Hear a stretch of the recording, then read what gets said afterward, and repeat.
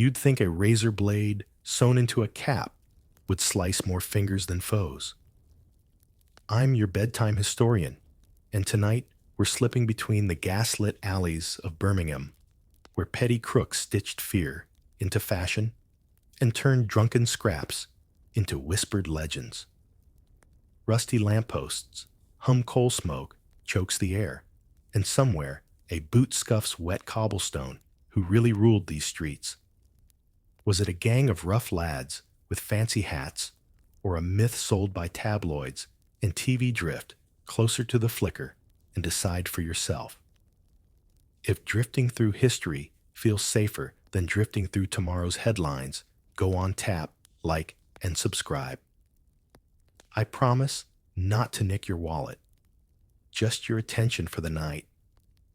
Ever wonder who'd be your historical drinking buddy in a backroom pub?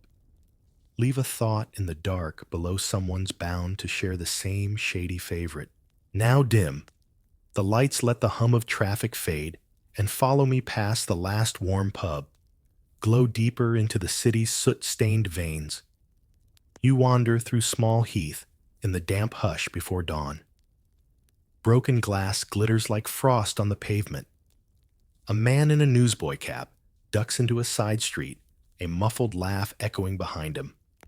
The year is 1890. Something records argue the exact span, but the Peaky Blinders are already more rumor than gang. Historians still debate if they ever really carved up the city like TV says. Some point to court ledgers, pickpocket charges, brawls at boxing clubs, horse race scuffles. Others claim the name was an umbrella for half a dozen small crews who preferred bravado over bullets. One fact remains: Birmingham's slums bred boys with more grit than cash and more swagger than sense. They called this place the workshop of the world factories. Clanging day and night, brick chimneys, spitting cinders on cramped terraces. If you were a young man with no trade, the streets offered two careers: a shift hammering iron or a knife fight in the alley behind the ironworks. Many picked both. The Garrison Pub, once just another beer-stained corner bar, buzzed with tales of cap-tilted kings. Picture the smell: stale ale coal dust, and the sour tang of fear when debts weren't paid on time. Some say the original Blinders didn't even bother with razors at first, just heavy boots and brick walls for a good old-fashioned mugging. And the cap scholars bicker about those stitched blades. Did they really flick out a man's eye with a forehead nod? Or was it just local gossip that turned stitches into shanks? Surviving police files hint more at brass knuckles and belt buckles than fine needlework. But urban myths have sharper teeth than evidence ever did. By the flicker of a gas lamp, you catch a glimpse of a chalked message on a wall, some long-gone gang sign washed by rain decades ago. You imagine a lookout boy, maybe 12, tapping the wall twice before scampering into the fog to warn of approaching coppers. In the hush, your footsteps echo off soot-blackened brick. A cat darts between barrels, a rat follows close behind. Somewhere deeper in the alley, muffled voices barter over stolen boots.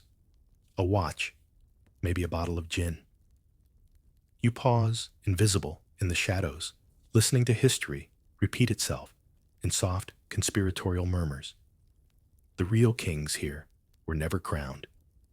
They slipped through tavern doors, tipped barmen for silence, and vanished when the law came sniffing. They lived on nicknames, grudges, and street corners, more myth by Monday morning than menace by Saturday night. Some swear the real terror wasn't the Blinders, but the city itself. Birmingham's factories pumped out guns, blades, chains, tools for men with no use for laws. Imagine whole families crammed into brick houses, warmed by a single stove, soot street kids learning early to run messages for uncles who worked nights. Yet under all the grime, There's an odd pride in these rough legends. Locals still name pubs after them, paint murals of razor-capped lads under streetlights. The line between thug and hero crook and folktale blurs when the city needs a story to whisper at closing time. Breathe in that phantom coal smoke, sharp, greasy, lingering on your tongue. Listen for the shuffle of boots on cobbles that haven't echoed in a century. You stand where they stood under flickering lamps and swirling fog, half expecting a figure in a peaked cap to nod at you from the dark. Did the Peaky Blinders really rule Birmingham? Or did Birmingham, hungry for a legend crown, them long after the last fight faded? There's no scholarly consensus, only alleys that swallow secrets and a name sharp enough to cut through time. And as the lamplight dies, you step deeper down the street, where stitched caps and swagger wait in the shadows. There's a certain hush that settles when you slip beneath a street lamp's glow, an uneasy calm that made the Peaky Blinders caps more than just headgear. A simple stitch, a hidden blade, and suddenly your hat became your calling card. Step closer to that image, a row of young men's sleeves, rolled boots, scuffed from back alley scraps. One tilts his cap, just so enough for the legend to stick razor blades sewn into the peak, ready to blind a rival with a flick of the head. But lean in, and the truth slices a little differently. Historians still argue whether those blades were real or a trick of fearful minds and sensational press. Some say the idea was more theater than threat, a gang street costume designed to spook petty shopkeepers and boast drunk tales at the pub. Surviving arrest reports hint at brass knuckles, thick buckles, even sharpened belt ends, but precious few mention razors gleaming under cap seams. You drift through a rag-and-bone shop where lads once traded stolen watches for a new stitched cap, the better to pose tough in the garrison's smoky corner. Tailors knew these boys by name, small-time punks with big-time bravado. A fitted cap wasn't cheap, but swagger demanded it. That and a pocket blade tucked away, just in case talk turned to trouble. Imagine the scene, a cramped tailor's back room, the reek of sweat and warm ale still clinging to threadbare coats. A boy of 17, hard eyes, soft hands, pockets a straight razor, and laughs when the tailor warns him to mind his scalp. He's not worried. The cap makes him untouchable, at least until dawn. It's said they'd swagger through back alleys with those peaks pulled low eyes hidden beneath the cloth like a wolf's beneath a thorn bush. A flick here, a tilt there, most never needed the blade at all. Intimidation did the work. Rumors sharpened edges faster than any grindstone. Some scholars remain puzzled by the myth's spread. How did a street brawl trick of local punks swell into an empire of cap-bladed gangsters haunting the city's collective dreams? Old court testimonies hint that the name Peaky Blinder likely began as a jab cocky kids peacocking through alley fights, showing off sharp outfits as much as sharp weapons. Yet when the papers got hold of it, reality turned slippery. One penny rag could turn a petty mugging into an underworld saga, dashing young men with blades beneath their brims, slashing through rivals and coppers alike. The stitched peak sold papers faster than dull arrests did. And so, a legend sewed itself into Birmingham's very brickwork. Picture a copper's boots echoing down a lane. A gang of lads scatters laughing caps, tugged low razors never drawn.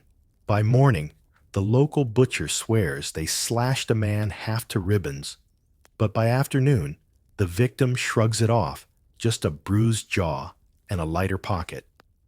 Tales stretch themselves after last orders and before the morning's first pint.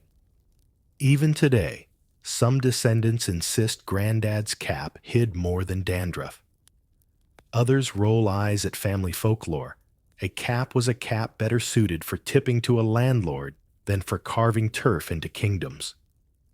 The truth, like all good myths, wavers somewhere between the blade's edge and the tailor's stitch.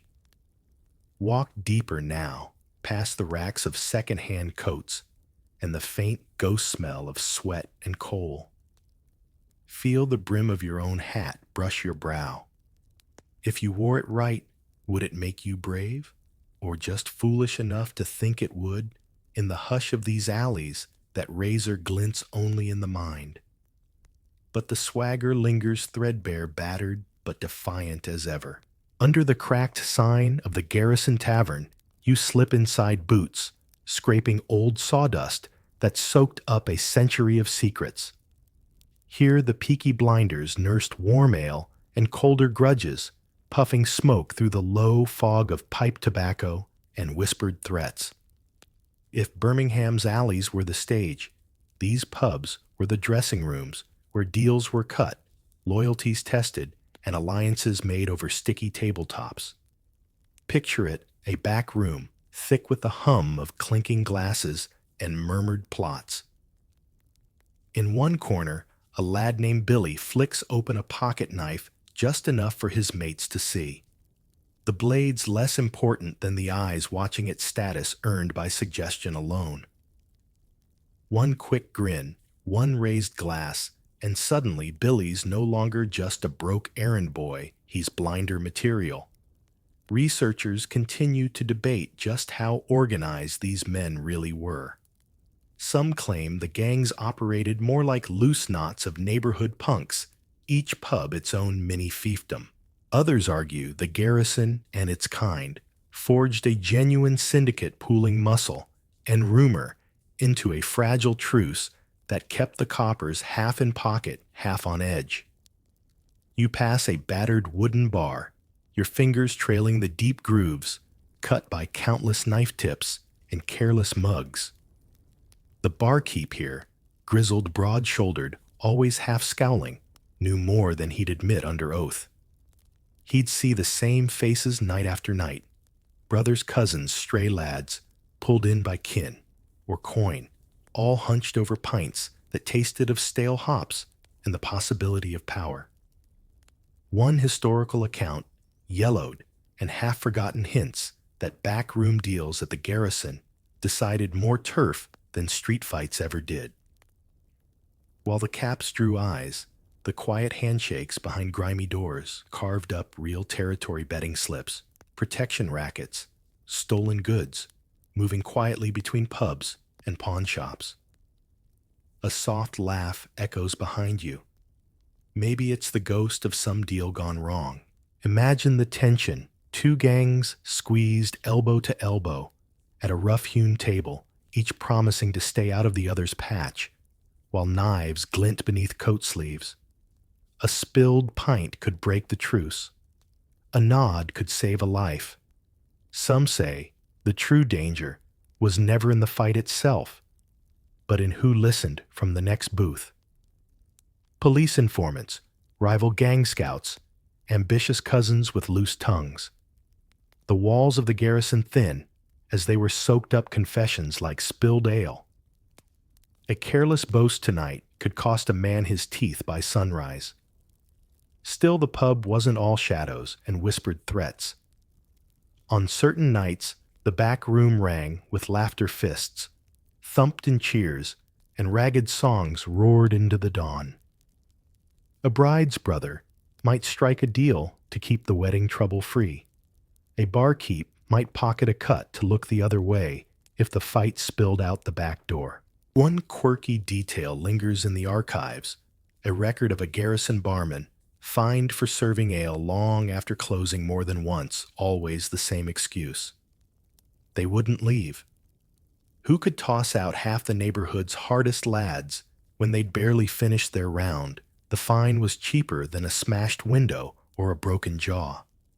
There's no scholarly consensus on whether these smoky pints birthed a real criminal empire or just neighborhood gossip. What's clear is the garrison and its kin were more than watering holes. They were the veins and ventricles of the city's underworld, pumping rumor rage and razor-thin bravado through streets that ran black with soot and secrets. Listen to the creak of the floorboards as you ease deeper inside. Feel the ghost warmth of 100 stolen toasts. Somewhere beneath this sagging roof, the first whispers of the blinders as kings of Birmingham were poured from lip to lip, pint to pint.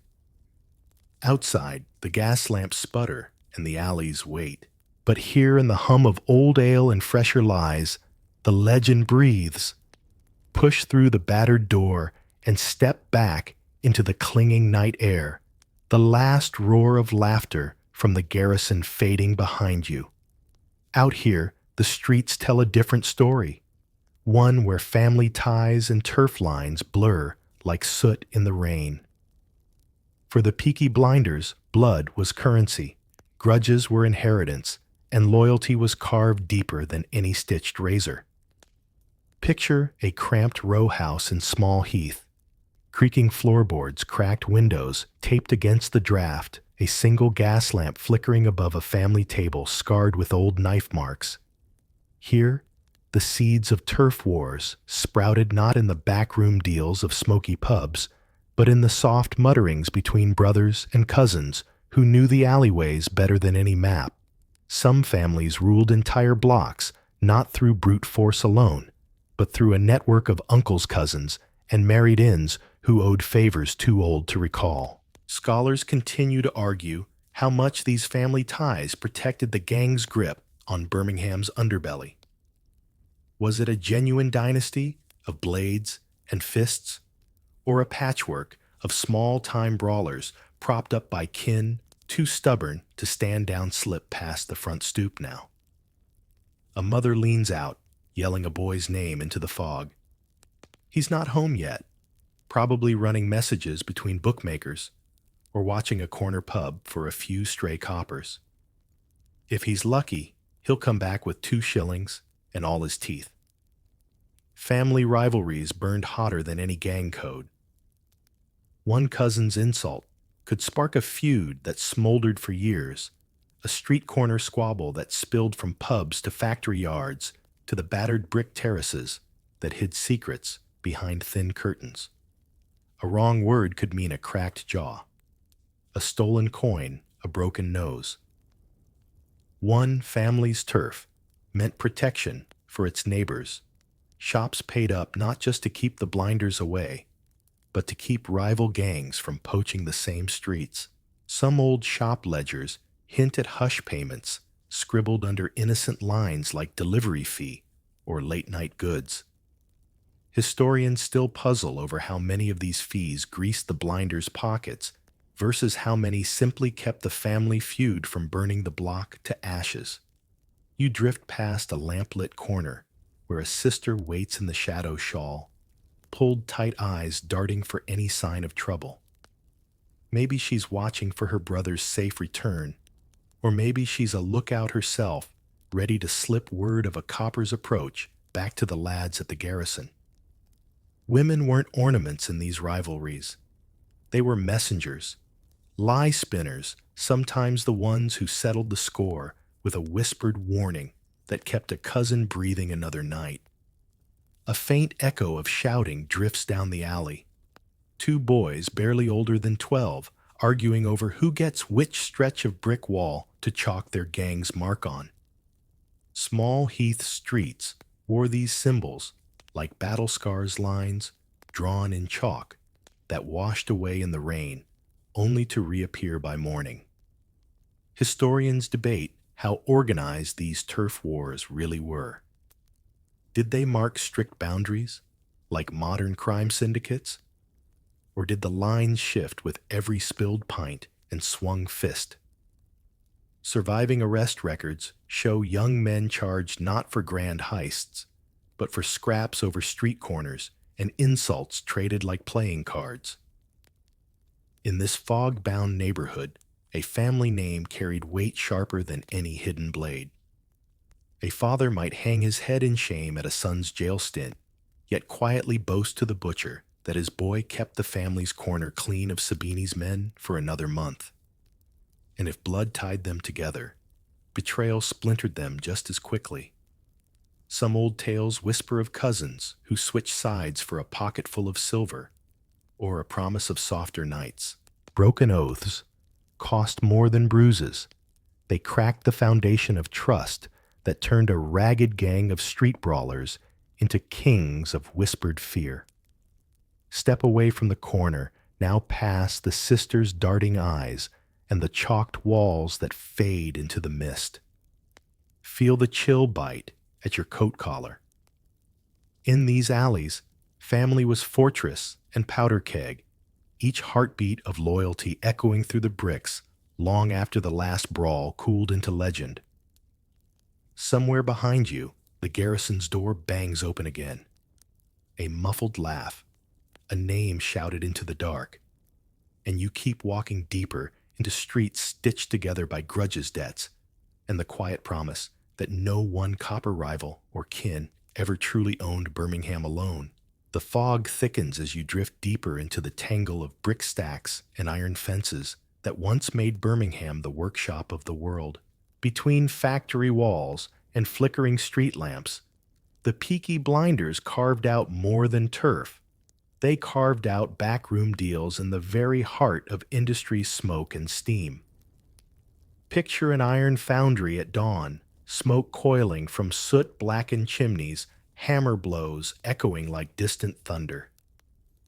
Amid this grind, young men with soot-streaked faces slip out the back door when the foreman isn't looking off to run a parcel, deliver a threat, collect a fee.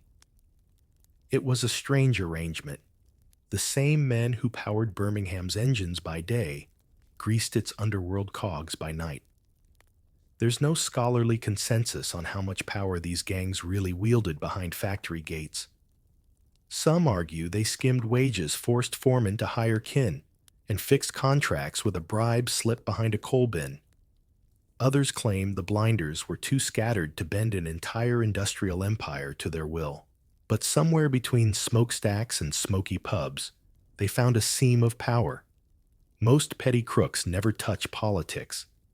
Imagine a back room lit by a single oil lamp, the walls stained yellow by years of pipe smoke.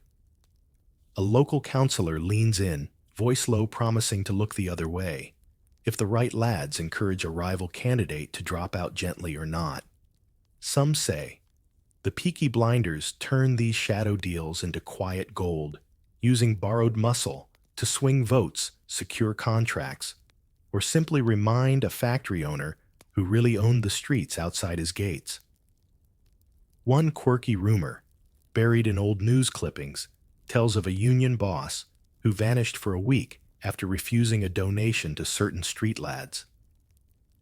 When he reappeared unharmed, a bit pale, he suddenly found the Blinders most helpful in settling labor disputes.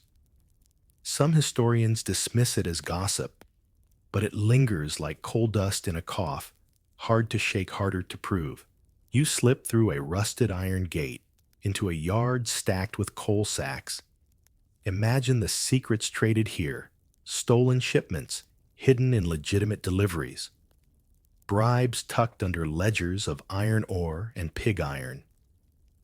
A crooked factory clerk might mark a crate damaged so it could disappear. Out the back door, reappear as contraband halfway across the city. Surviving police reports hint at entire wagons of stolen goods rerouted by men who knew the railway timetables better than any clerk. It wasn't always high drama.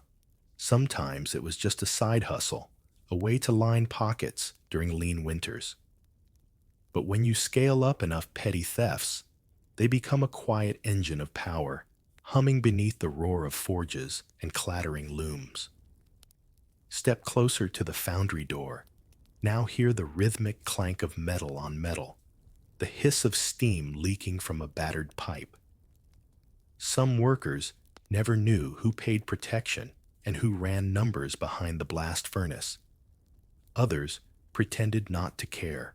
In neighborhoods where coal smoke blackened the skies, extra coin for coal or bread trumped loyalty to some distant law. Researchers still bicker over who truly ran these shadow deals. Was it a tight core of blinders with fingers in every till? Or were they just one of many gangs dipping into the same industrial pot? Sabini's men, racecourse fixers, crooked unions, all elbowing for a slice of the same greasy pie. What's clear is that Birmingham's factories weren't just machines for goods. They were engines for stories, dark corners for bribes, backroom talks that stitched crime and industry together under a veil of respectable grime. You linger by the yard gate a moment longer, fingers brushing the cold iron. Picture the deals signed in silence, the nods exchanged when no foreman watched. A coin changes hands. A crate vanishes. A man with soot on his cuffs slips into the fog, his boots tapping out a rhythm older than any factory whistle. Beyond the yard, the street lamps sputter, and the hum of industry fades into the night. All that remains is the echo of iron striking iron, and the faint trace of backroom promises drifting like smoke into the city's restless dark. You drift now toward the clatter of hooves and the rattle of coins Birmingham's racecourses, where the Peaky Blinders crossed paths with an enemy whose shadows stretched far beyond Small Heath's smoky alleys. Meet Sabini's men, sharp-suited, quick-fisted, and hungry for the same turf where betting slips turned into gold. Picture it a muddy racecourse on the edge of town. Crowds roar under gray skies, bookies shout odds above the clamor, and boys in flat caps dart through the crowd, pocketing stray coins or passing quiet messages. The Blinders came here not just for the thrill of the horses, but for the rivers of cash that flowed through every bet, every bribe, every rigged finish. Some historians argue that without these tracks, the Blinders might have remained nothing more than neighborhood bruisers with fancy hats. The races gave them reach profit and a chance to clash with rivals who played the same game at a higher stake.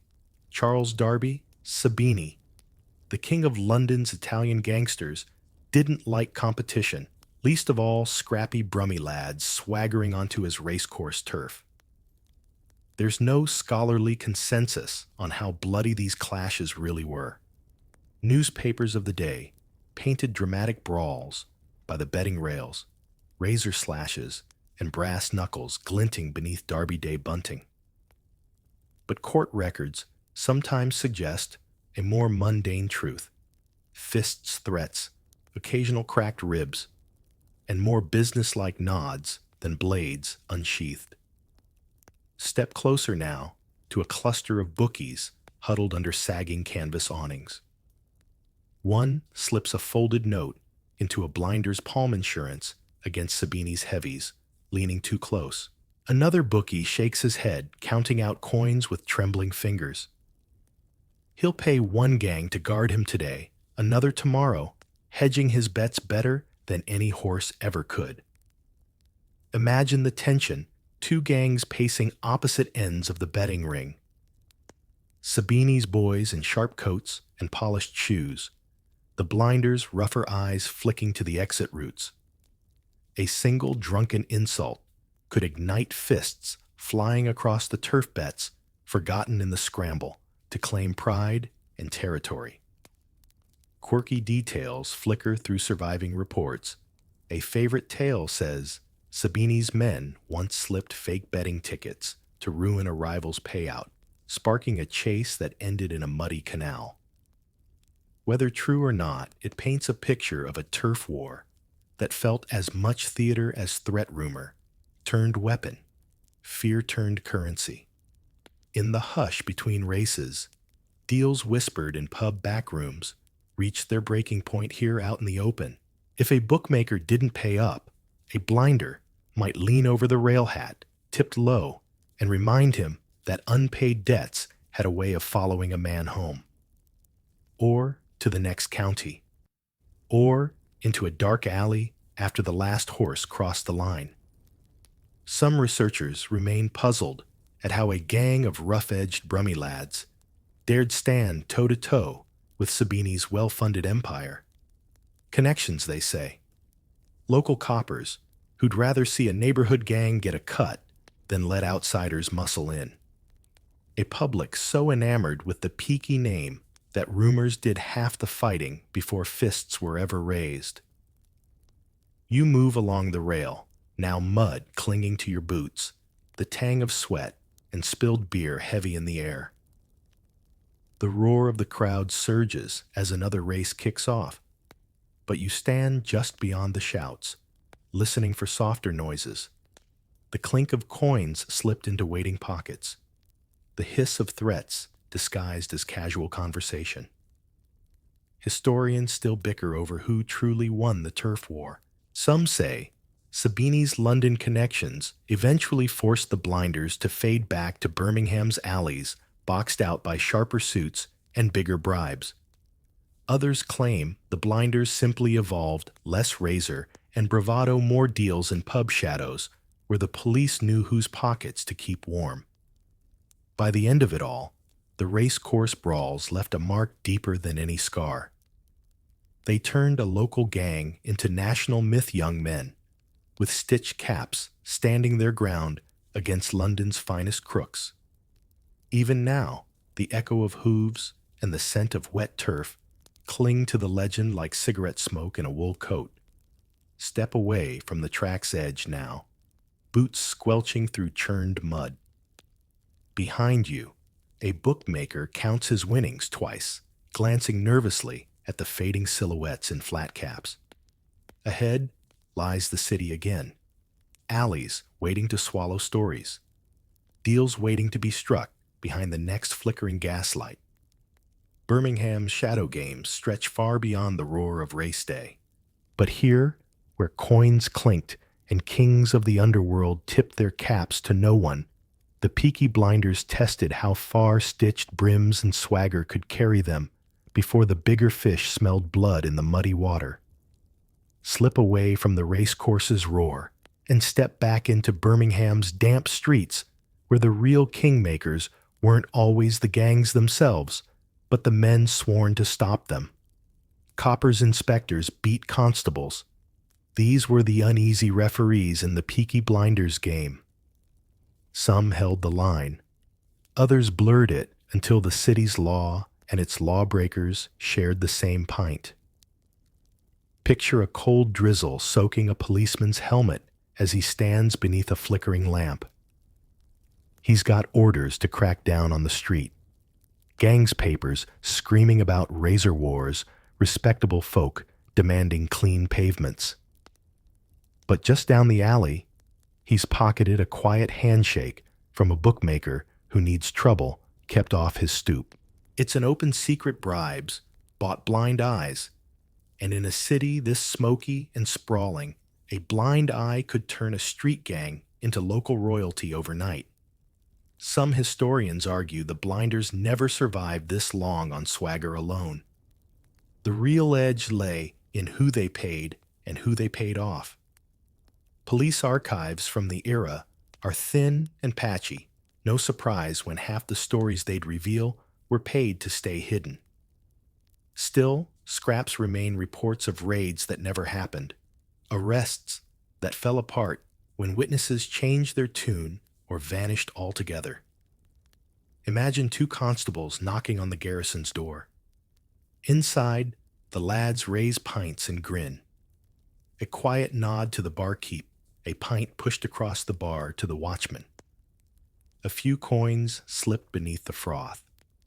The constables stand at the threshold for show, then disappear back into the drizzle raid, canceled, before the first boot crossed the floorboards. Researchers continue to debate how deep the corruption ran. Some see it as petty and extra shilling here, a pint there, away, for poorly paid bobbies to top up wages that barely kept coal in the stove. Others whisper of higher brass inspectors and detectives whose pockets weighed heavy with hush money, whose sudden promotions just happened to align with a local gang's good fortune. A quirky old rumor tells of a copper who made a fortune selling confiscated goods back to the same gang he seized them from. Stolen watches, crates of smuggled gin, they'd vanish from the evidence room, only to reappear on the same streets days later. No court record confirms it, but in Small Heath's back rooms, the story lives on like a ghost refusing the grave. Step now into the cluttered office of a police station circa 1902. The oil lamp sputters, casting long shadows over battered ledgers. A young constable scribbles down and arrests one of the blinders for brawling at a corner pub. His sergeant leans over, eyes the name, then taps the page twice with a stub of pencil. Lost paperwork, he mutters. The lad walks free by morning reputation, polished rather than tarnished. Of course, not every copper took the coins or the quiet ale. Some pushed back hard. There were raids that battered down pub doors and dragged young men through the mud by their caps. Special squads formed to break up street mobs, truncheons cracking skulls to make headlines. Some historians claim these efforts finally snapped the blinders' hold, driving the last kingpins underground or into quieter trades far from Small Heath's alleys. But even the honest coppers fought an uphill battle. In a city where factories belched black smoke by day and poured warm gin by night, there were always more corners to hide a bribe in than there were lanterns to shine on them. Lean closer to the rain-slick street now. You might hear the soft slap of a copper's boots echoing through puddles. You might wonder, whose pockets is he padding tonight? Whose secrets slip beneath that helmet brim, never to reach the report? Ledgers drying by the station stove.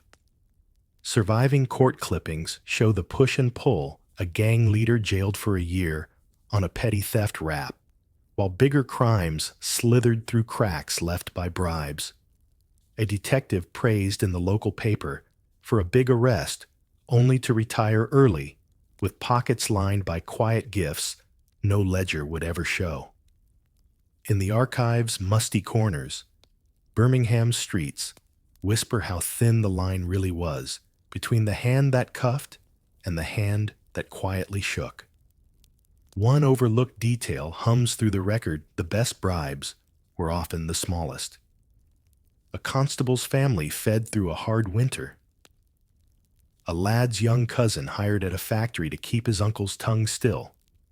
Gentle favors wrapped in dirty coins. Tiny debts that bought loyalty better than any threat ever could.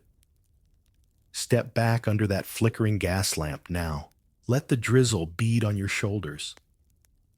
Somewhere behind you, a barkeep closes his shutters, coins clinking into a tin.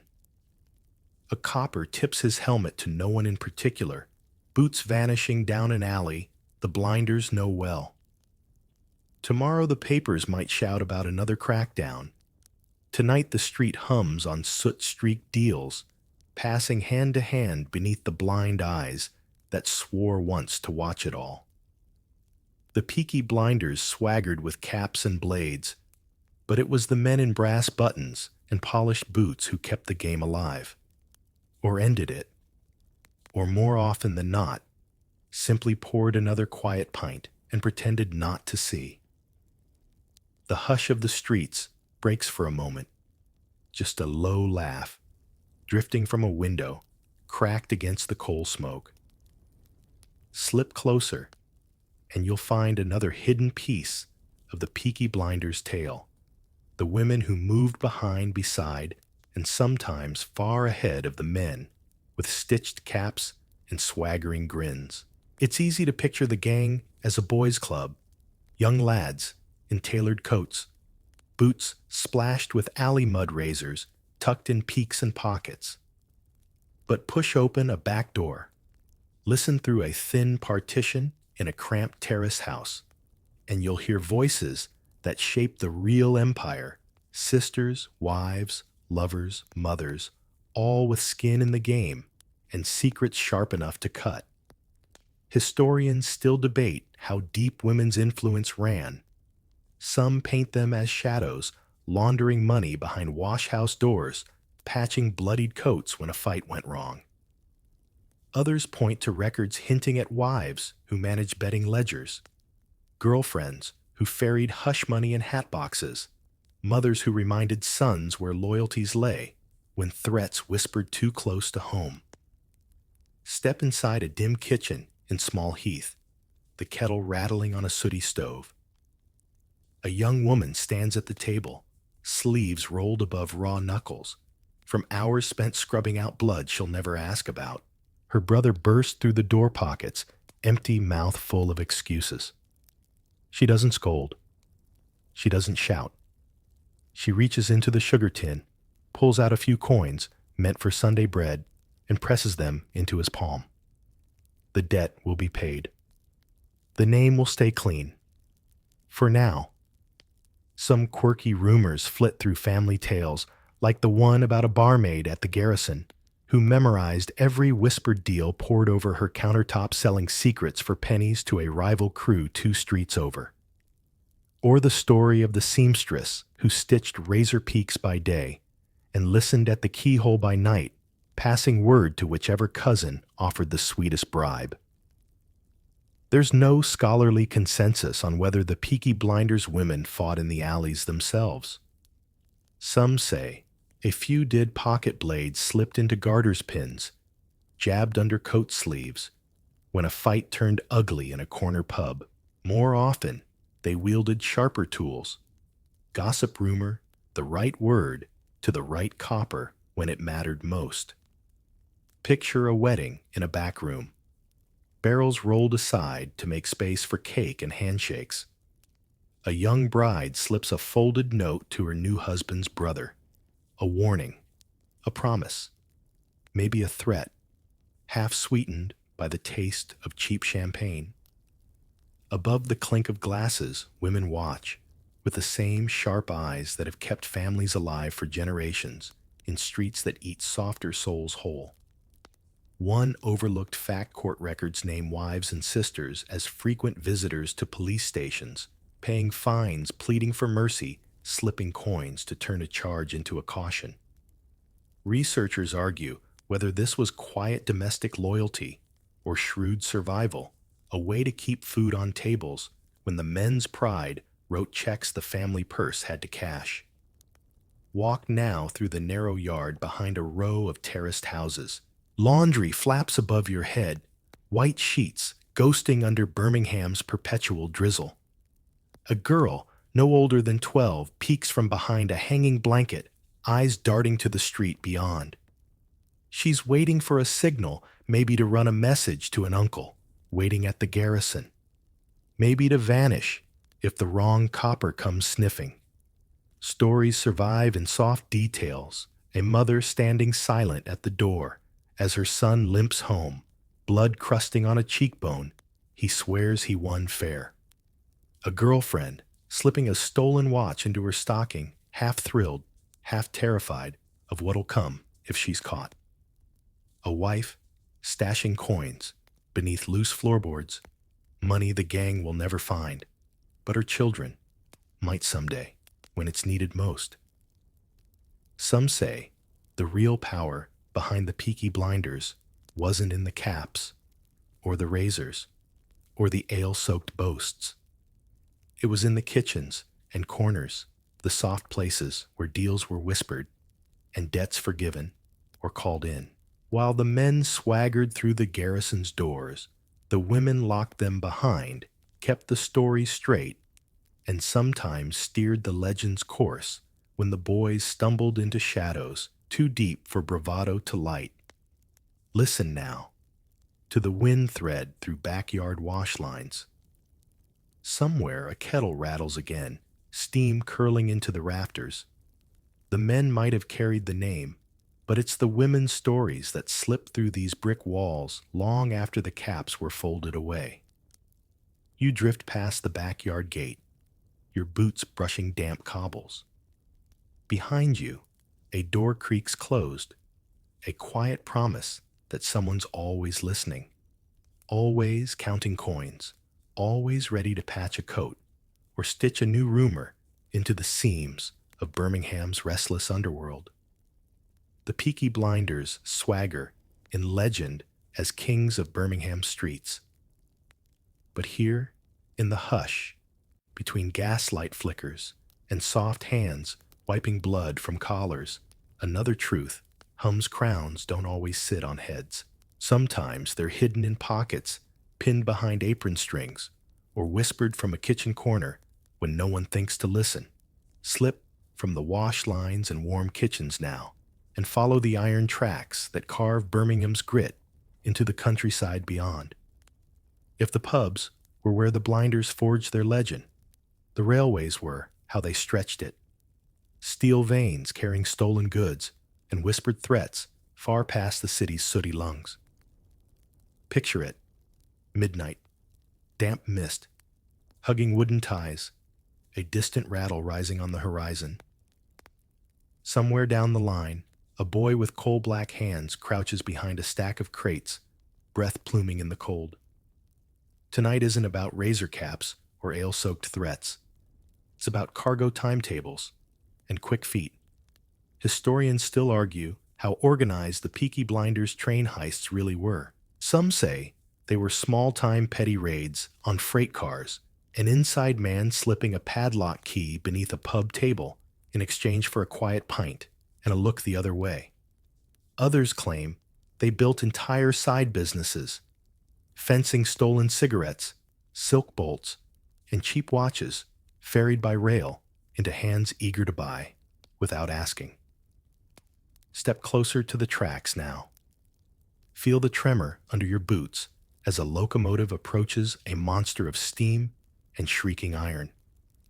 A whistle wails through the fog louder than any copper's shout. A trio of lads slips from the shadows, oil lamp glow flickering in their eyes. They know which carriage is loaded with easy pickings. A crate pried open here, a sack hoisted off there, 10 minutes of risk for a week's worth of bread and beer.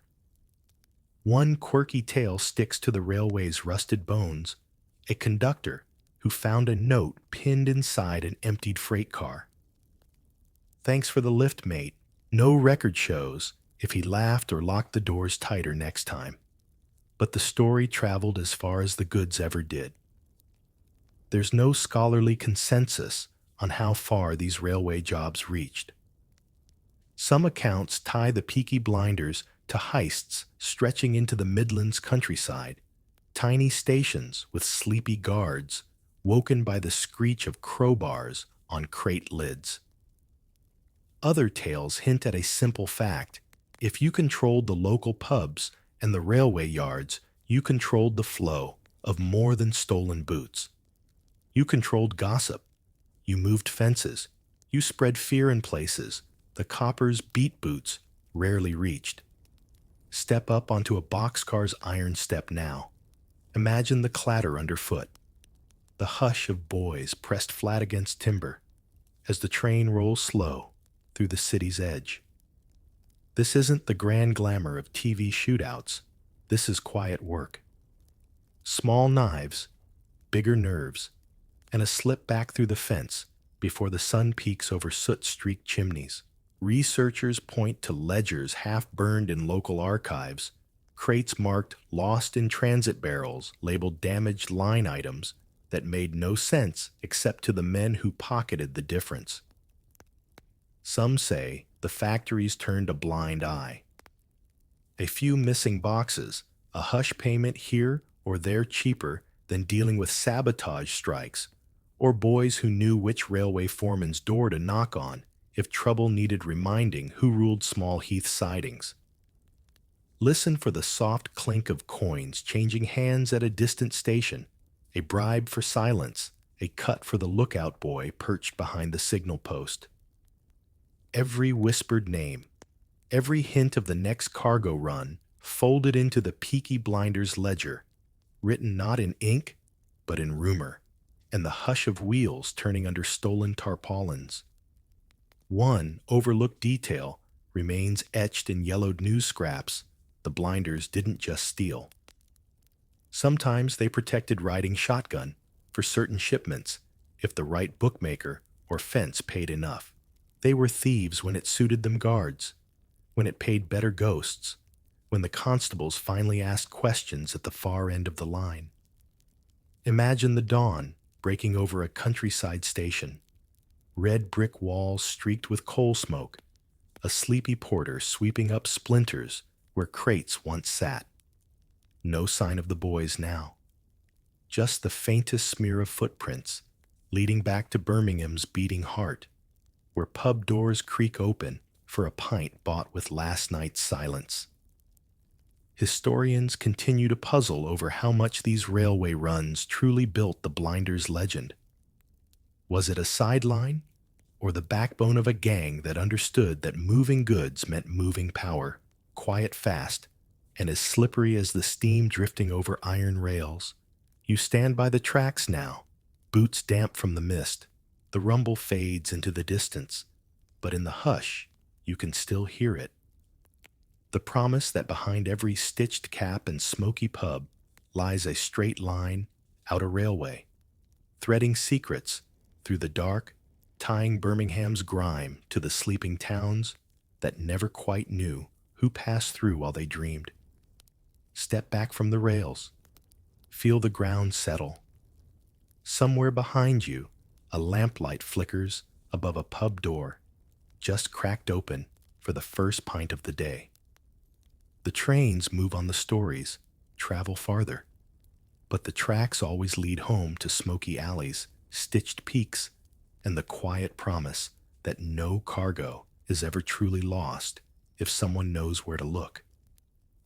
Step off the railway's clatter and back into Birmingham's hidden corners where the real money clinked and fists found their mark not on cobblestones, but inside smoky bookmakers' dens and battered boxing rings. If the trains moved stolen goods, it was gambling and bare-knuckle brawls that turned pocket change into power for the Peaky Blinders. Picture it, a low doorway beneath a cracked sign that might read "Tailor by day," but buzzes with murmured wagers by night. Inside, the smell is sour ale sweat and pipe smoke curling beneath the ceiling beams. Men hunch over slips of paper odds, scrawled in pencil coins rattling in matchboxes. A boy in a peaked cap stands watch by the door eyes flicking for any copper too honest or too nosy to bribe. Historians still argue whether the Blinders ran their own bookmaking empire or leaned heavy on taxing the independent bookies who dared to scribble odds without permission. Some arrest records hint at both raids that found hidden ledgers tucked beneath floorboards, a quiet cut demanded for protection, and the occasional smashed nose when the cut came up short.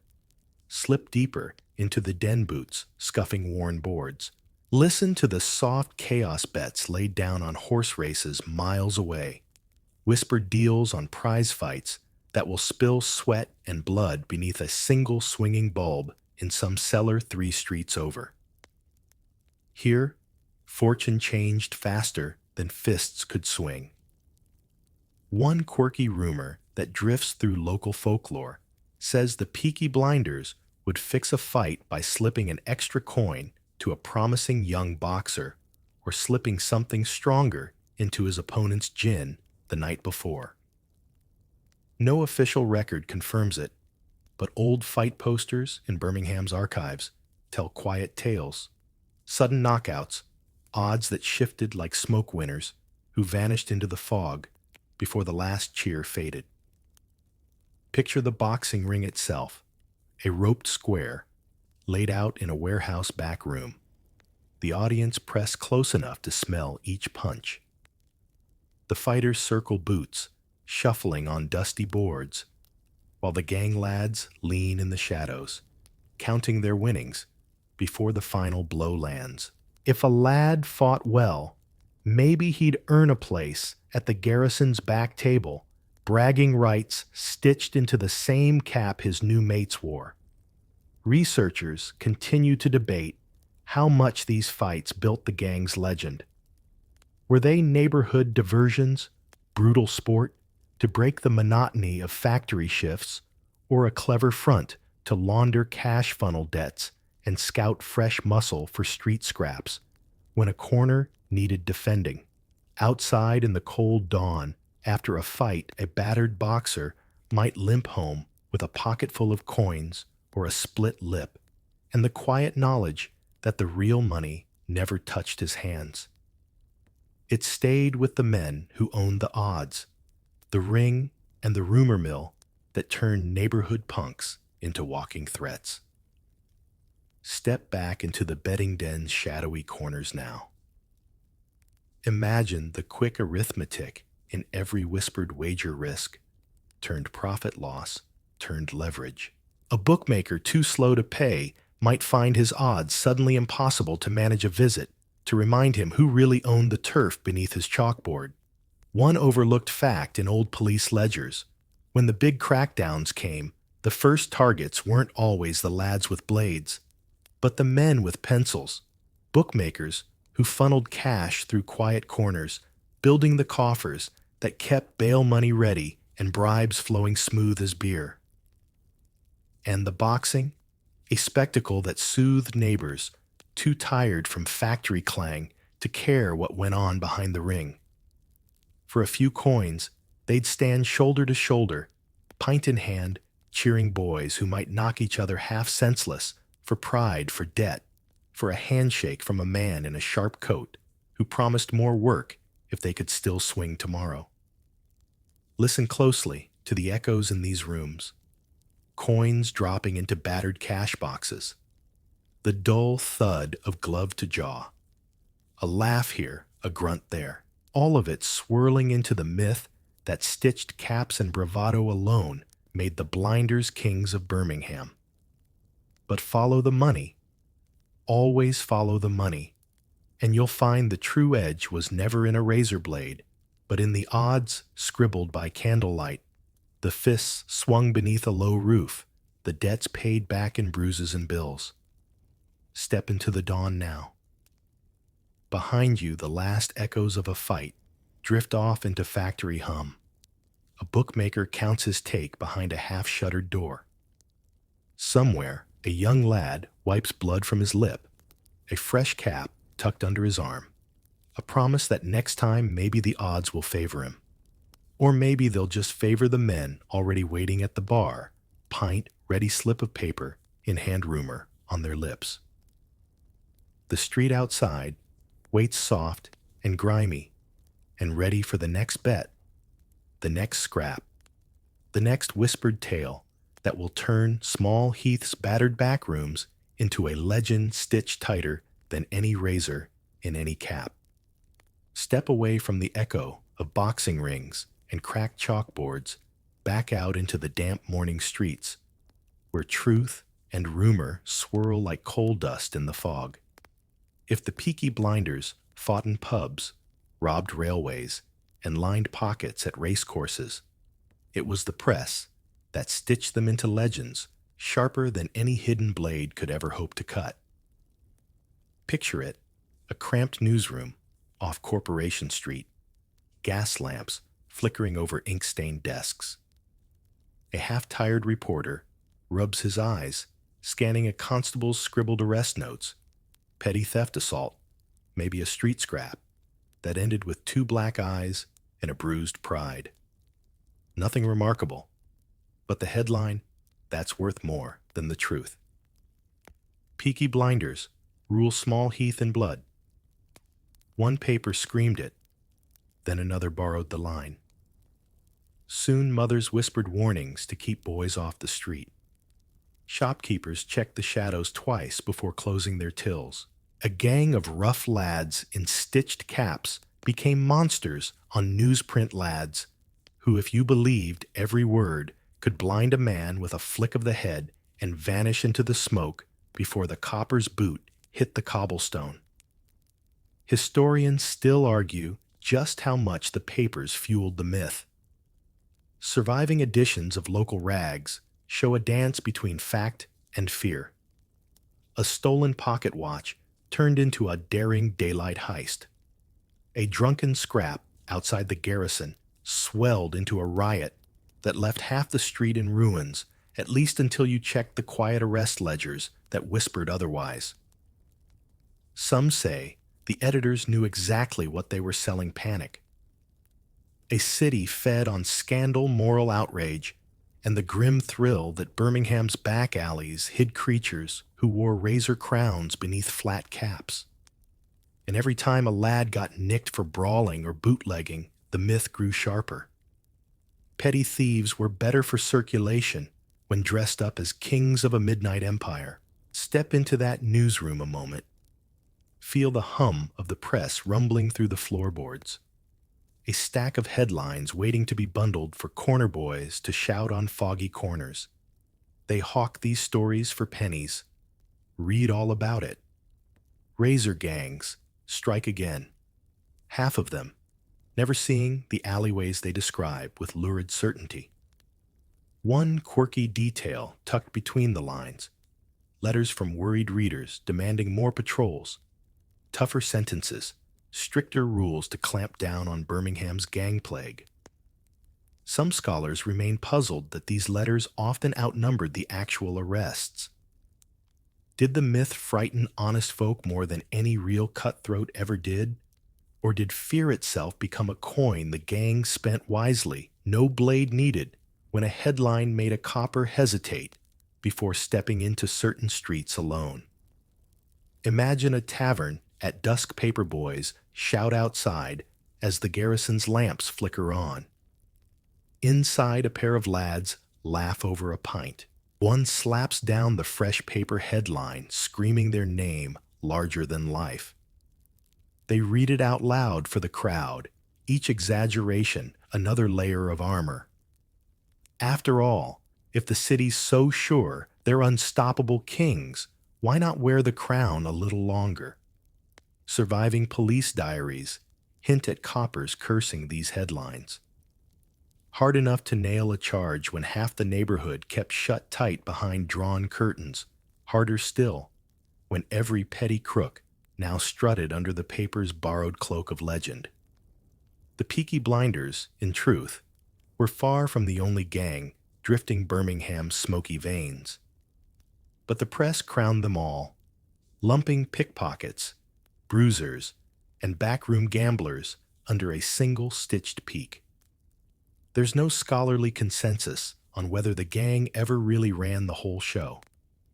Some say they splintered into splashes of petty rivalry, one cap crew here, another there, each scrapping for pints and pennies, while the press spun them into a single, unstoppable force. A force readers couldn't resist picturing whenever the gas lamps guttered and footsteps echoed too close behind. Walk with me now through Small Heath's cobbled lanes, each brick soaked with stories twice as big in print as they ever were in life. Imagine the mother peering past her curtains, clutching the fresh headlines to her chest. The lad tugging his cap, low swaggering past the newsstand, letting rumor do his fighting for him. One overlooked truth. The real kings of Birmingham's street myth might have been men with ink-stained cuffs, scratching out scary tales to sell by the thousand.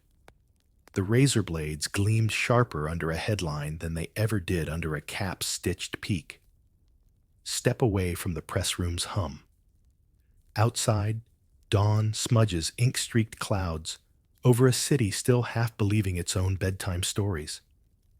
The garrison sign creaks in the breeze.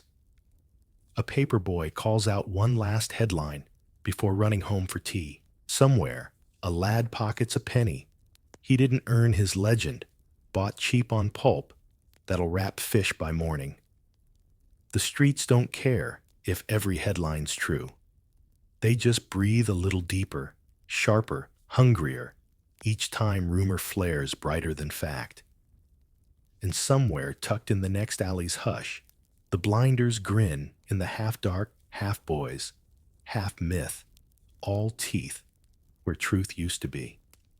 Step away from the smudged headlines and slip behind the camera's warm glow, where the fog of truth and fiction thickens into something stranger. Still Tommy Shelby King of the Peaky Blinders on screens brighter than any gas lamp ever burned. A man who never quite existed yet stands taller in the world's imagination than any real brawler who swaggered down Small Heath's alleys. Picture him, the razor-sharp cheekbones, the cold blue eyes under that perfectly cocked cap, the slow drag of a cigarette as he stares down enemies twice his size. On screen, Tommy Shelby orders murders between sips of whiskey spins whole cities into his web with a half-whispered threat. But lean closer to the record books, and the truth blurs under the flicker of studio lights. Historians still argue who the real Tommy was, if there was one at all. Some point to Thomas Gilbert, a name that floats through old court ledgers, leader of one early Peaky gang, who collected debts with fists and the promise of sharper things.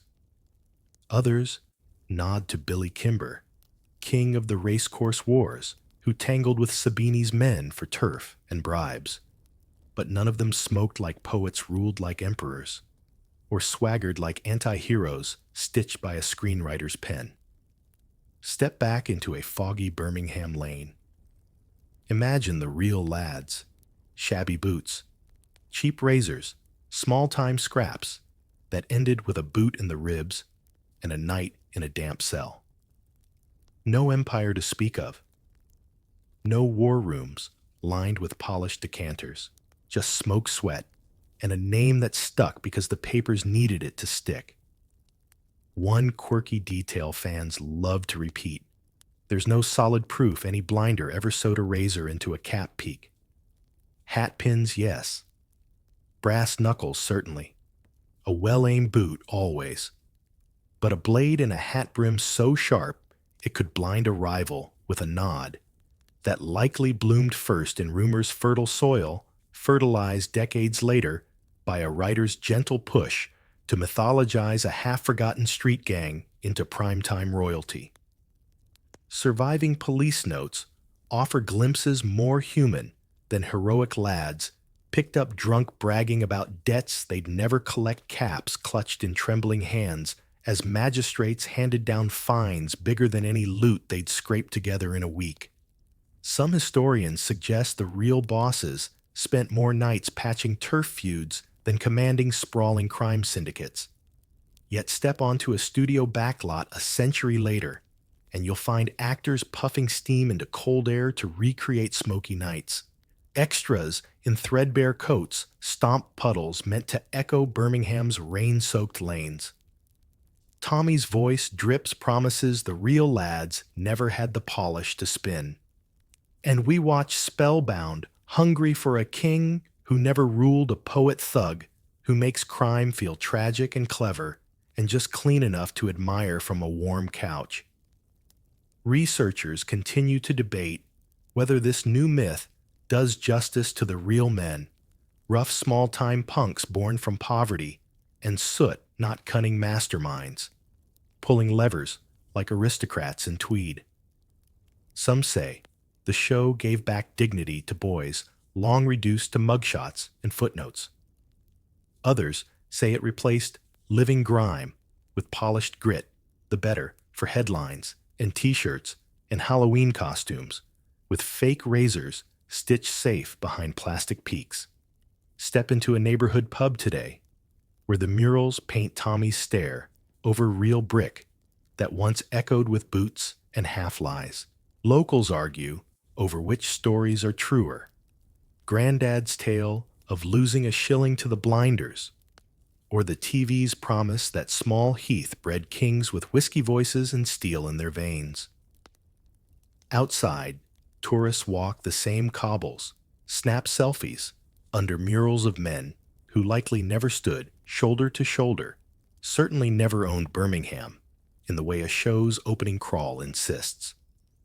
And yet the echoes feel real cap tips, smoky threats, the soft scuff of a boot, as you wonder whether myth is more dangerous than truth ever was. One overlooked fact: crime historians still puzzle over whether the real blinders faded because of the police, the newspapers, or simply time. But for Tommy Shelby and his TV empire, fade is the last thing likely. He lives on, sharper than any hidden blade, more enduring than any court record, a stitched peak now embroidered into pop culture's eternal backroom. You stand there now, drifting through fog and fiction. A street lamp flickers above the same cobbles where real boys once traded stolen watches for another round. Somewhere in the dark, a voice as silky as Cillian Murphy's curls through your mind, half threat, half lullaby, promising kingdoms, bought cheap and lost quicker still. And as the gas lamp's glow dies down, you remember the real Peaky Blinders walked here, boot scuffs, muffled laughs, coins pocketed behind backs. The screen's blinders walk on forever, unscarred by cold rain, or an honest copper's truncheon ruling a Birmingham that never quite existed, except right here where myth and mist still meet. Step back from the screen's glow, and the phantom swagger of Tommy's cigarette smoke. Listen instead for the echo of hobnail boots when the lights went up and the law came knocking for real. If the Peaky Blinders swaggered their way into folk legend with stitched caps and newspaper panic, it was the city's new breed of enforcers who clipped their wings when the myth threatened to outgrow the streets that birthed it. Picture Birmingham at the turn of the century. Factories, humming smoke curling above brick rows where children coughed coal dust from their lungs before breakfast. Crime was just another industry, but somewhere in the gray maze of alleyways and pubs, enough was enough.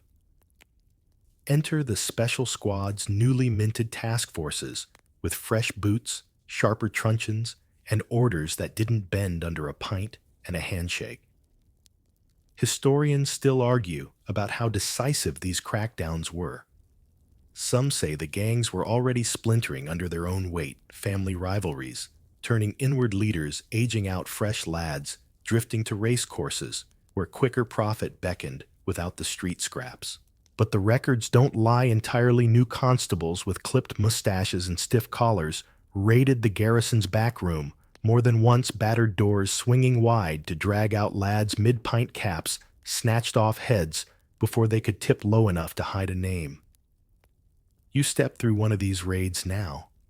Imagine the sudden slam of boots on sawdust floors, lanterns swinging wild shadows across startled faces. A barkeep's breath catches. Did he pay the right copper last week? Or is this the visit he can't buy off? A young lad lunges for the back door, only to find a nightstick waiting on the other side. One quirky detail flickers through surviving police notes, a report of a gang runner who escaped by leaping out a second-floor window, landing in a horse trough, and vanishing barefoot into the night. The coppers laughed, cuffed the rest, and filed the paperwork before dawn. Whether that boy stayed gone or slipped back behind the garrison's counter a week later remains one of those smoky gaps scholars still chew over. But not every arrest stuck. Some fines were paid with hush money, scraped from pocketbooks hidden under mothers' beds. Others vanished altogether when witnesses found their memories suddenly muddy, their front stoops swept a little cleaner than usual come morning. Researchers still debate whether these crackdowns broke the blinders or simply scattered them wider, sending small crews deeper into betting scams, railway runs, and softer backroom jobs that didn't draw the same headlines. Step down the rain-slick cobblestone, now boots, splashing puddles that glimmer under the flicker of a gas lamp. The papers screamed, "Triumph Gang, crushed by iron law." Yet weeks later, rumors drifted through pubs that that the same lads were spotted by the racecourse rails collecting insurance, with a grin and a wink at the constable, who just shrugged. One overlooked twist as the old guard fell under the truncheon swing. Newer crews rose in the vacuum. Sabini's men pressed north sharper suits and bigger bribes, wrapping Birmingham's turf wars in London's velvet glove. Some peaky remnants joined them. Others faded back to honest work, or work that wore a cleaner coat, but still smelled faintly of missing crates and quiet payoffs. Picture a magistrate's ledger, thick with fines for brawling theft protection rackets that never made it past a copper's quiet nod. Folded into those pages are lives that never graced a TV script, names lost to time myths, stripped of glamour, when faced with a cold cell stale bread, and a dawn release into streets that had already crowned new kings. Historians remain divided. Did the law finally tame Birmingham's rowdiest legends? Or did the blinders simply shed their stitched peaks for fancier hats? The same muscle slipping behind doorways no copper ever bothered to knock. The truth, like the fog that hugs these alleys, shifts each time someone swears they've pinned it down. Step closer to the station's wooden door, the night watchman snoring behind a frosted window. Inside, arrest sheets curl on iron hooks. Crimes crossed out, names half legible under smudged fingerprints. Some lads came back again and again, cap pulled low, grin lopsided as they waited for a fine they'd pay from the week's hush money. Others vanished from the books entirely, maybe on a train, out of town, maybe under softer earth, with no stone to mark their piece of the myth. You drift back now to Small Heath's beating heart. The factory stacks still pump their smoke skyward. The pubs still hum with whispers of who took over which back alley when the old caps faded into memory. And under the grit, the story breathes the Peaky Blinders never ruled Birmingham forever, but they etched a name sharp enough that the law had to sharpen its own blade just to keep pace.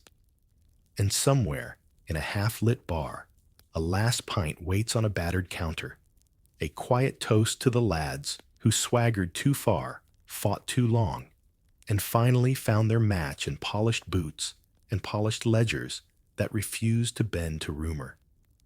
Step away from the court ledgers and the clipped boots of the last copper's patrol.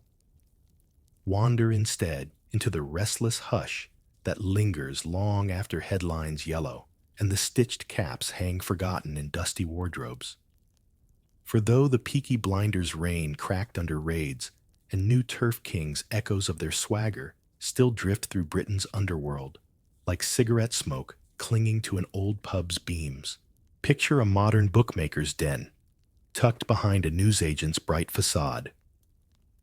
Plastic cups of tea on a battered counter, odds scribbled in biro on a whiteboard, security cameras blinking from the corners where gas lamps once flickered. The boys who haunt this place don't wear stitched peaks, baseball caps, now trainers, instead of hobnail boots. But listen close, and the whispers sound familiar. Quiet debts, small threats, the promise that certain corners still belong to certain families if you know which door to knock. Historians still argue whether the Peaky Blinders left behind more than a myth.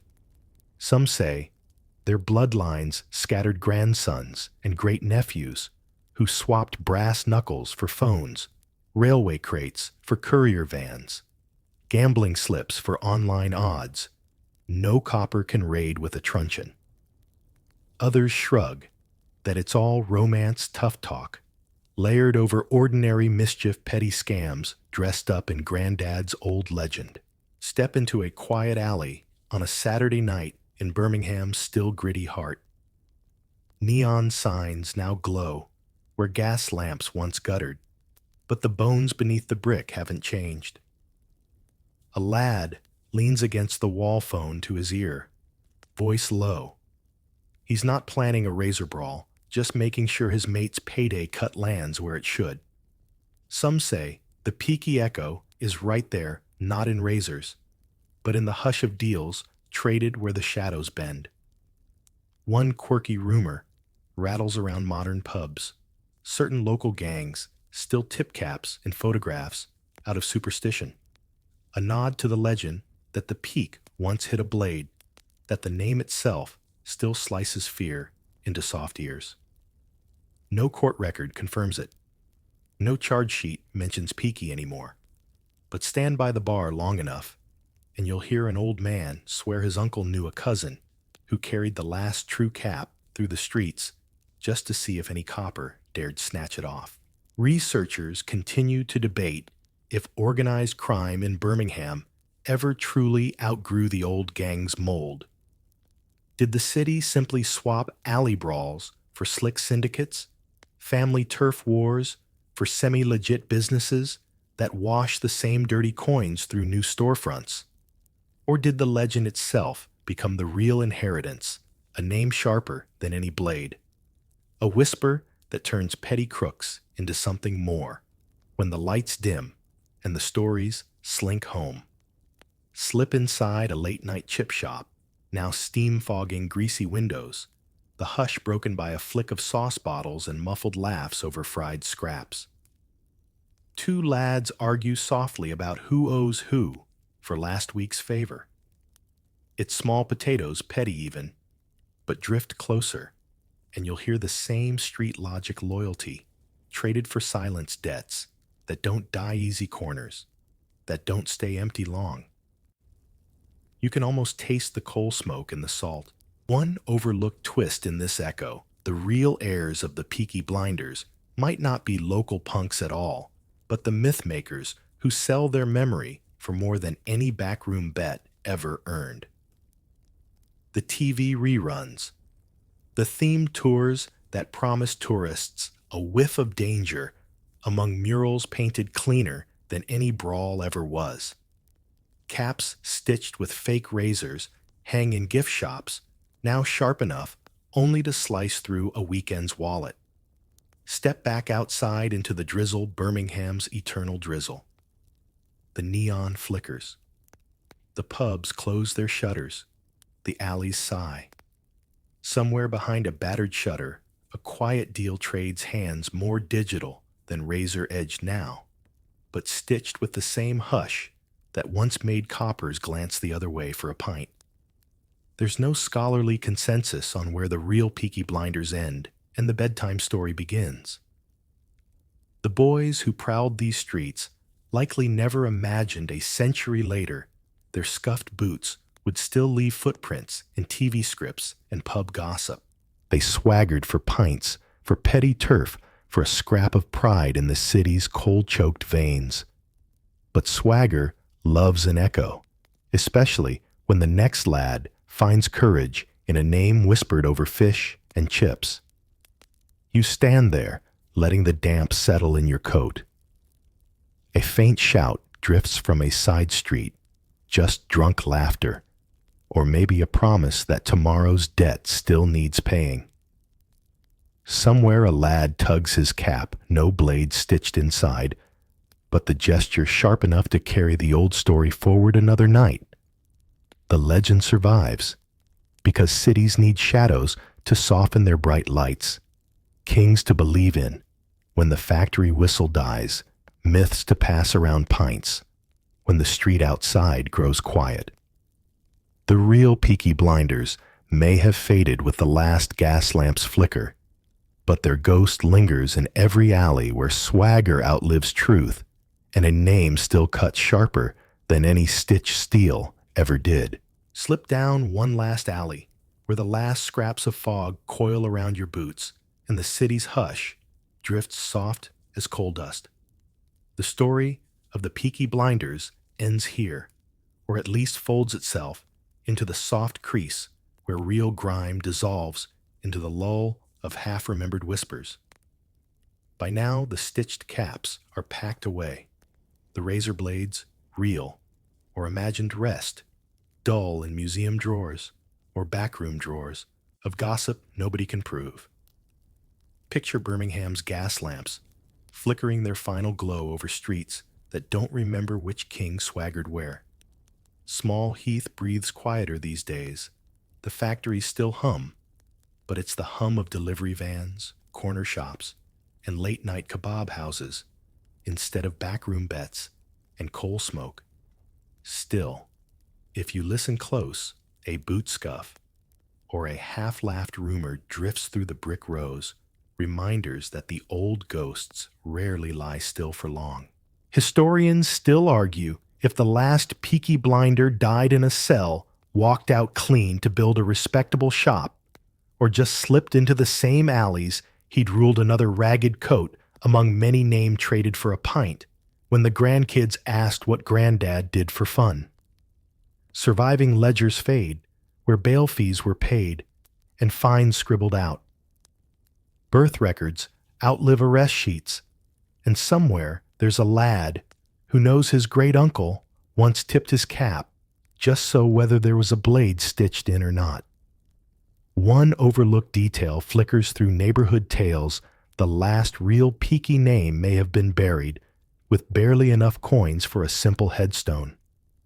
Some old graves in Birmingham bear chipped stones, the letters soft as coal soot names, half lost to weather and time, but whispered sharp enough when the ale flows and the pubs flicker warm. Step through one final pub door. The garrison's gone a remade new paint, new name, new barkeep, who grins at tourists asking which corner Tommy Shelby sat in, though Tommy never sat here at all. But the walls remember. They remember the hush of backroom bribes, the clink of coins paid to keep a copper, polite the sharp laugh when a lad swore he could blind a man with a nod and a cap peek. Sit a while.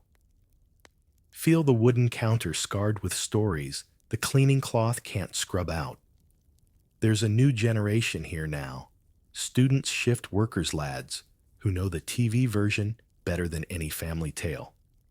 But sometimes an old face leans in voice low and reminds them the real streets were colder, rougher, more ordinary than myth allows. That the biggest fights were over borrowed coins, not empires. That swagger alone never paid the rent when the coppers came knocking with new brass and stiff collars. Researchers still bicker. Did the Peaky Blinders truly rule Birmingham? Or did Birmingham rule them tough enough to chew them up? Soft enough to whisper their names when the lights dimmed and the pipes emptied? The answer lingers somewhere in the coal dust ground into these bricks, in the soft rattle of rain on slate rooftops. Outside, you step into drizzle one last time. The street lamps flicker, with a hum, no gas, now just soft bulbs, bright enough to scare off shadows that once hid boys with brass knuckles and loose grins. Yet somewhere down a side lane, a cap might still tip low over a wink that says, "We remember, we pretend, we keep the story stitched together, because every city needs its bedtime villain, its half-hero, its ghost with swagger and soft edges." One last rumor drifts on the wet breeze. Someone knows someone whose great-granddad slipped a razor in his hat, or maybe didn't, but said he did when the landlord poured the next round. The real truth. Maybe it doesn't matter. Maybe it never did. Maybe the streets need their myths as much as they ever needed their kings. You stand there, the last echo of bootsteps fading behind you. Small Heath hums softer now, soot rinsed from its walls, but never fully from its stories. Behind you, the pub door closes with a sigh. Ahead, the alleys wait no kings tonight, just the faint warmth of old stories curling up around the last gas lamp's ghosted glow. Yet if you follow those whispers far enough, they carry you north, where another city's alleys hum, with restless footsteps, and new names scratch themselves into soot and stone. You step into Manchester, 1870s. Factories belch smoke that sticks to your lungs like a curse. Boys who should be at school jostle each other on the corner, sniggering about who's toughest, who's bold enough to slash a rival's cap just to prove he's not soft. You can almost smell the rancid beer drifting from a backstreet pub, see the match girls weaving past these swaggering lads, eyes down hands in pockets. The Scuttlers were the first teenage gangs to strike real fear into Victorian hearts, long before the Peaky Blinders snipped razors into their brims. The Scuttlers' name alone, lifted from the scuttling rats they resembled in number, and nerve hints at how city dwellers saw them pests multiplying in the gutters of progress. Some historians argue the Scuttlers rose because cities had outgrown their own children. Too many kids, too few homes, no place for wild energy but the alleys. They fought for territory. Of course, whole streets could belong to one mob. A rival, stepping onto your turf, risked a boot to the head or worse. The fights were messy quick and performed like a grim theater. Scuttlers didn't need a stage when they had the endless labyrinth of red brick terraces. If you listen closely, you might hear the echoes of their leather boots scraping against the rain-soaked cobbles, a flick knife snapping open in the dark. What's curious is how organized they were for kids barely old enough to shave. They had leaders, secret meeting spots, and code words. One odd detail that survives is how some gangs borrowed military terms, sergeants' captains, as if the soot-choked streets were their battlefield and grown-up wars were just a distant rumor. Scholars still debate whether these borrowed ranks gave them discipline or just a dash of borrowed grandeur. You slip into a tavern where they gather. Cheap gin, bad singing arguments flaring over whose street is tougher. They swap stories of daring thefts, knife scuffles, and brag about the day they'll topple the coppers for good. They wear their scars like medals. They laugh like they own the night. Out in the alley, you see two boys chalking a crude symbol onto a brick wall, marking the edge of their gang's claim. A third boy stands watch hair slicked down with rancid oil. If a rival gang shows up, there will be a fight before the chalk even dries. And yet for all the bravado, some of these kids go home to mothers who scrub floors 14 hours a day, or fathers too drunk to notice whether they come back at all. One small fact that often surprises many scuttlers kept day jobs, messenger boys, mill hands, coal haulers. By night, they swapped work aprons for swagger and blades. Historians still puzzle over how they balanced daily drudgery with nightly skirmishes, but maybe they needed both the drudgery to stay alive, the fighting to feel alive. You lean against a wall and watch the city breathe around you. Gas lamps flicker, a constable's footsteps echo faintly. Dogs bark somewhere in the dark. The gangs, though, are wide awake. A scrap of song drifts by, half threat, half anthem. Their names: Gooch Gang, Bengal, Tigers, Bradford. Lads sound like lost carnival acts. Names swallowed by time, but you'll remember them tonight, long after the alleys fade. A drizzle begins softening the chalk marks on the wall, but not the boys' resolve. The scuttlers slip away into the fog, ready to be summoned again by any rumor of arrival. And as you follow them, step by muddy step, you sense the city's uneasy heartbeat, a city that never planned for its children to run wild, yet never found a way to stop them. A hush settles over the alley, but not for long. Knife fights and street songs are the pulse and poetry of these forgotten gangs. And tonight, you're close enough to feel a blade's cold glint and a chorus of threats traded in rhyme. A scuff of boots against wet cobbles. That's how it begins. Two rival bands, meet by chance, or perhaps by design, under the thin light of a gas lamp. Someone hums a tune that's half insult, half battle cry. You linger by a leaning brick wall, catching scraps of the words, lines about pride, about turf, about which gang will wear the tallest hats come dawn. Victorian boys didn't just fight with fists and blades, they fought with songs a tradition lifted from workhouse chants and factory floor shanties. A flick knife appears in the hand of a lad no older than 15. He brandishes it like a stage prop, his friends jeering, goading him on. The opposing gang stands their ground feet, planted wide shoulders, squared like scrappy street soldiers. The first swing rarely draws blood. It's the threat that matters, the ritual display before the steel truly bites. Some historians insist these early fights were more performance than carnage, a grim dance to prove fearlessness and cement reputation. Others argue the danger was real enough to leave hospital beds full of stitched-up boys nursing half a dozen new scars. Listen closer, someone's singing again. The tune weaves between taunts.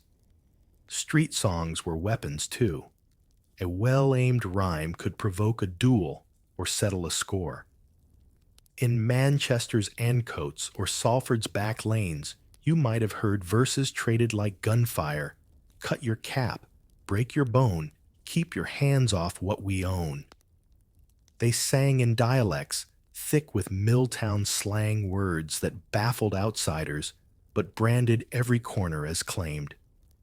Oddly enough, these rough ballads sometimes found their way into the music halls, where soft-voiced tenors belted them out to polite crowds who had never seen a scuttle or a switchblade up close. Some old playbills even advertised real gang songs, as if danger could be tamed by velvet seats and warm gin. Historians disagree on whether these performances glamorized the gangs or made them harmless curiosities for middle-class audiences. Either way, the echo of the streets seeped into the footlights. A scuffle breaks the music. Someone lunges. A blade flashes. You catch the glint just before it vanishes into a sea of battered caps and flailing elbows. They don't fight clean. There's no gentleman's code, just shoves, kicks, and sudden sharp pain. When it's done, the victors roar another verse into the night, while the losers limp away, clutching bruised ribs and dented pride. The street swallows the noise. A dog barks twice, then silence. You step over a dropped cap, its brim slashed, its crown trampled. A tiny badge of honor or defeat depending on who picks it up next. Some say these fights rarely killed street doctors, patched up wounds for pennies, mothers stitched up tears in shirts and skin alike. But the scars told stories no song could soften. A curious footnote: police records from the 1880s show that gang songs were sometimes used as evidence in court. Magistrates, half bewildered by this rough poetry, tried to link verses to turf wars and stabbings. Yet the boys kept singing, weaving fresh rhymes from each new fight, their voices drifting through sooty alleys long after the lamps sputtered out. The street is quiet now, save for the echo of a final line, a promise that tomorrow's fight will be fiercer, the next song sharper. You follow the tune until it fades behind a shuttered shop, and somewhere in the fog, another gang sharpens its knives and warms up its throat. You'd think the sharpest blade a gang boy carried was tucked in his coat pocket, but sometimes the real edge was perched on his head. Tonight, you drift closer to a dim back street, where ragged boys and fancy hats rule the pecking order with scraps of cloth and scraps of pride. They stand in loose circles, coats frayed at the cuffs, trousers patched so many times. The fabric looks like a map of half-finished promises, But up top, that's where the swagger lives. Flat caps with peaks, pulled low silk ribbons stolen from mill offcuts, sometimes a cheap bowler hat perched just so. For the scuttlers and their street cousins, headgear wasn't just decoration. It was a crown, a badge, a challenge. A single hat could tip the balance between friend and foe. Knock it off, and you'd better be ready to swing or run. Some lads pinned bright feathers into the band, a nod to the fancier gangs down Birmingham way. Others stitched initials under the brim, so you'd know exactly who stomped you if you dared talk back. A few tales even claim boys would dip hat brims in oil to stiffen them so they'd survive a brawl in the mud. A peculiar quirk, some scuttlers sported peacock feathers tucked behind one ear, like urban dandies flaunting defiance against factories that paid them pennies. Social workers of the day found this both amusing and terrifying. Boys with coal-black hands prancing around with fancy plumage as if silk collars were a knife fight away. Historians still argue about how much these dress codes mirrored the middle-class fads of the day. Were these boys mocking their betters by mimicking their style, or just carving out a new language of defiance from scraps and stolen ribbons? Surviving police reports mention confiscated caps and extravagant adornments as if the real crime was refusing to look poor enough. You pass under a flickering lamp where two scuttlers posture like roosters. One flicks the brim of his mate's cap, half dare, half insult. The other flinches eyes, narrow hand, dropping to his pocket. A fight or a laugh, hard to tell which wins. A gang's rank could be read in the tilt of a hat, the angle of a collar, the boldness of a dirty silk scarf draped just so. Boys too poor to buy boots still found coin for a flashy ribbon or a second-hand bowler, proving you could be starving and still stylish if it meant lording over the next street gang. There's an old sketch in a Manchester court ledger showing a lad no taller than your shoulder, standing stiff and defiant before the judge flat cap perched perfectly, even as his boots dripped mud on the polished floor. One detail that sticks when the scuttlers faded their hats didn't vanish, they migrated. By the time the Peaky Blinders swaggered onto the scene decades later, the flat cap had become legend stitched with rumors of hidden blades and razor peaks. Some scholars roll their eyes at this, insisting the razors were more myth than metal. Others swear the Peaky boys carried that swagger and those sharp brims as an inheritance from the ragged boys who ruled the alleys first. You drift past them now, caps pulled low. Boots, scuffed secrets, stitched into every crooked seam. A flash of a grin, a tug of a brim. Then they melt into the fog crowns, intact legends in the making. There's a quiet moment just before dawn when the city holds its breath, and in that hush, you might ask yourself, why did they join up at all? Why did scruffy boys and half-starved girls choose gang life over factory floors and Sunday school sermons? Slip closer now, and you'll see the answer, scratched into the soot and hunger of why kids joined up. A lad huddles behind a mill wall, coat sleeves too short to hide bruises old and new.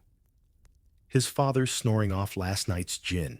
Somewhere nearby, mother scraping coppers to feed 6 mouths on a washerwoman's wages. School's a luxury he might visit once a week, if the truant officer's in a forgiving mood. So when a scuttler grins at him by the factory gate and flicks the brim of his cap, it feels like an invitation to belong, maybe the first he's ever had. Poverty did more than empty bellies. It carved out a craving for brotherhood, for status, for a name shouted in the alley. Historians point out how tightly these kids clung to their turf, not just for fighting rights, but because the streets were the only thing they truly owned. Broken homes, crumbling tenements, Fathers vanished into factories, or the nearest gin house. These gaps left room for gangs to step in as families of last resort. And overlooked truth girls joined too, though the penny press preferred to hush that part. Some she-scuttlers fought alongside the boys, while others ran messages, hid blades in aprons, or spread rumors that sparked the next backstreet clash. A school inspector once complained about gangs recruiting girls right outside the classroom gates. Half scandal, half shrug. Scholars still debate whether these girls found power in the gang or just traded one set of dangers for another. You spot a small knot of new recruits practicing their swagger near an old brick wall. One boy puffs out his chest, mimicking an older lad's street pose. Another tries on a second-hand cap, too big by half, and grins when it slides over his eyes. The older boys bark out rough advice where to stand if the police come sniffing, who to call for backup, how to swing your fist so the other lad remembers you. Sometimes it wasn't just about turf or scraps of pride. Some scuttlers dreamed bigger of making the newspapers quake of rattling the police until whole streets whispered their names. They wanted fame, however grubby and fleeting. Better to be known as a tough lad from Angel Meadow than to vanish nameless under a mill's lint and sweat. One quirk that survived in old court testimonies, boys would brag about how many streets they could hold in a single night, counting lampposts, like kings counting coins. Historians argue whether these tallies were real or half fantasy stories to pass the time between fights. But if you listen to the hush before dawn, you can almost hear the restless chant. This corner's ours. That alley's ours too. You linger by the brick wall a moment longer, watching the recruits scatter as a copper's lantern swings down the lane. Tomorrow they'll be back, caps tugged low dreams stitched into every scuffle. For now, the city sighs. The mills cough awake, and the gangs slip into the shadows, children playing kings in streets no one else bothered to claim. Morning creeps in, trailing a chill that settles on stone steps and coal dust alike. You drift now to where order tries to stand its ground, where police reform begins, and the first modern bobbies find themselves outnumbered by ragged kids with quick fists and quicker legs. In the early 1800s, British cities grew faster than their rulers could fathom. Factories roared day and night, streets spilled over with workers, and somewhere in that industrial sprawl, teenage gangs sprouted like weeds through broken cobblestones. Enter the new police force, shiny buttons, starched collars, and a handbook full of rules that barely fit the mess they'd been sent to tame. Picture a young constable patrolling Ancoats, Manchester. His truncheon feels solid enough until he rounds a corner and finds 20 scuttlers lounging against a wall, boots scraping brick in bored unison. He clears his throat, tries to look taller, tries not to flinch when they mock his hat. The boys scatter at the sight of the baton sometimes. Other times they close ranks like a shoal of street fish, flicking insults and daring him to chase them down the maze of alleys they know better than any copper ever will. Some historians praise these early police forces for bringing a semblance of order to the chaos pounding a beat, taking down names, dragging ringleaders to magistrates who'd never heard songs so foul and clever. Others argue the bobbies were outmatched, chasing children with truncheons, when what the city needed was food, shelter, and hope. The debate goes on. Did the police reform really protect honest folk, or just push wildness further into the cracks? You pause by a grimy police station tucked between pubs and pawn shops. Inside, a battered desk holds a ledger thick with petty charges. Drunk and riotous fighting in street assault with a clasp knife. Names repeat like a roll call. Boys arrested, released arrested again. There's a note scribbled by a weary inspector, same gang, same corner. No improvement. A curious twist. Some constables, barely older than the lads they chased, came from the same back-to-back houses. By day, they wore the Queen's badge. By night, they ducked the same flying bottles if a raid went wrong. One constable's diary survives with a line that still makes historians smirk, patrolled coats. Broke up 3 fights. Lost my cap to a scuttler. Recovered it from the roof at dawn. You wander past a lamplit alley where a bobby stands watchful under drizzling rain. He knows that behind him, half a dozen boys lurk in the shadows, chalking insults on a warehouse wall. He knows, too, that tomorrow he'll chase them again, boots splashing through puddles, truncheon in hand-heart, somewhere between duty and despair. They say this cat-and-mouse game shaped Britain's modern policing. Lessons learned, chasing scuttlers trickled up to Parliament, pushing for better uniforms, clearer laws, and more pay for the men who braved these back streets. But the boys stayed clever, their networks invisible, their escape routes carved into every alley and tunnel. Some scholars argue it was never really about catching them all. It was about showing the city that someone at least was trying. Dawn breaks fully now, casting pale light on the brick walls that witness so many foot races between the law and the lawless. The scuttlers vanish into doorways and cellars. The bobbies tip their helmets, shake rain from their capes, and trudge back to the station pages in a ledger waiting to be filled again come nightfall. If you think gangs only brawled for scraps of alley turf, lean in closer, because sometimes they were muscle for bigger schemes. Gangs and politics is where backstreet boys met front parlor power, and the handshake was rarely clean. Picture a smoky back room above a pub, oil lamps flickering over mugs of cheap ale.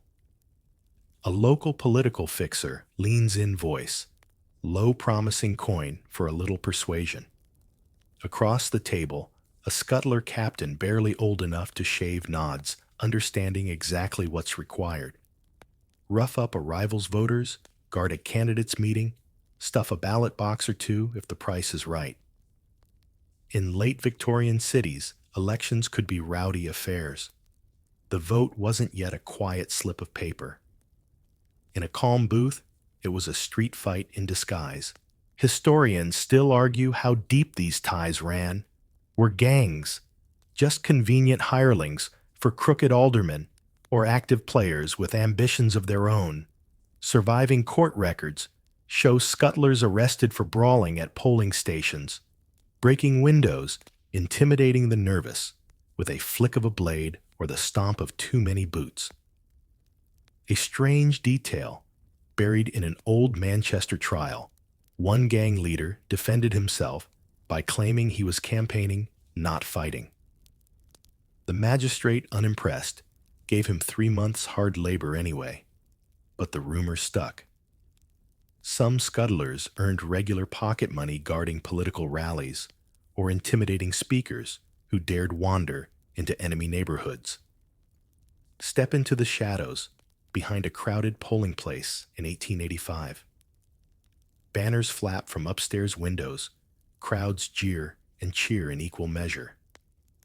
Somewhere at the fringe, boys in battered caps hover like wasps. One lad pulls a voter aside, whispering that his wife's name might end up in tomorrow's scandal sheet if he ticks the wrong box.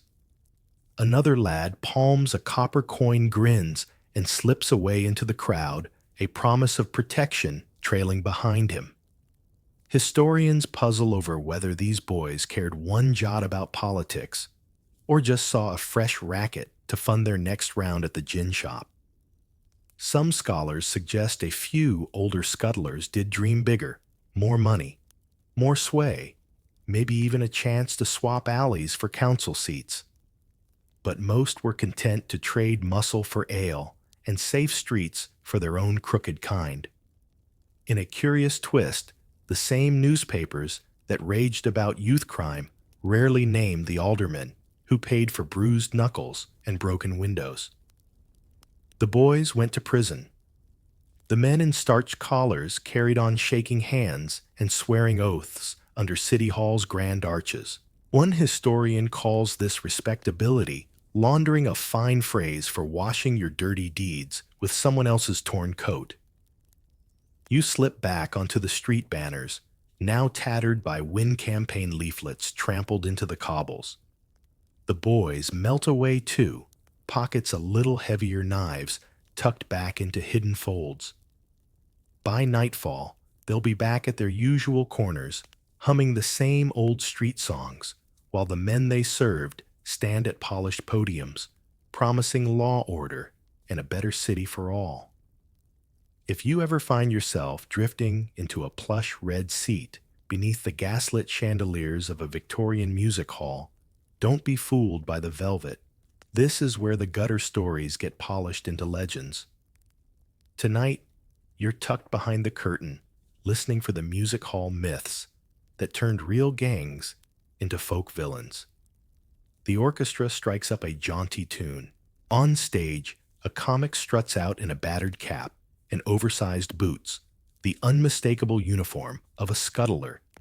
Except this one never bruised his knuckles, for real. He twirls a fake knife, growls, threats in rhyme, and the well-dressed audience roars with laughter. Somewhere in the balcony, a factory foreman nudges his wife.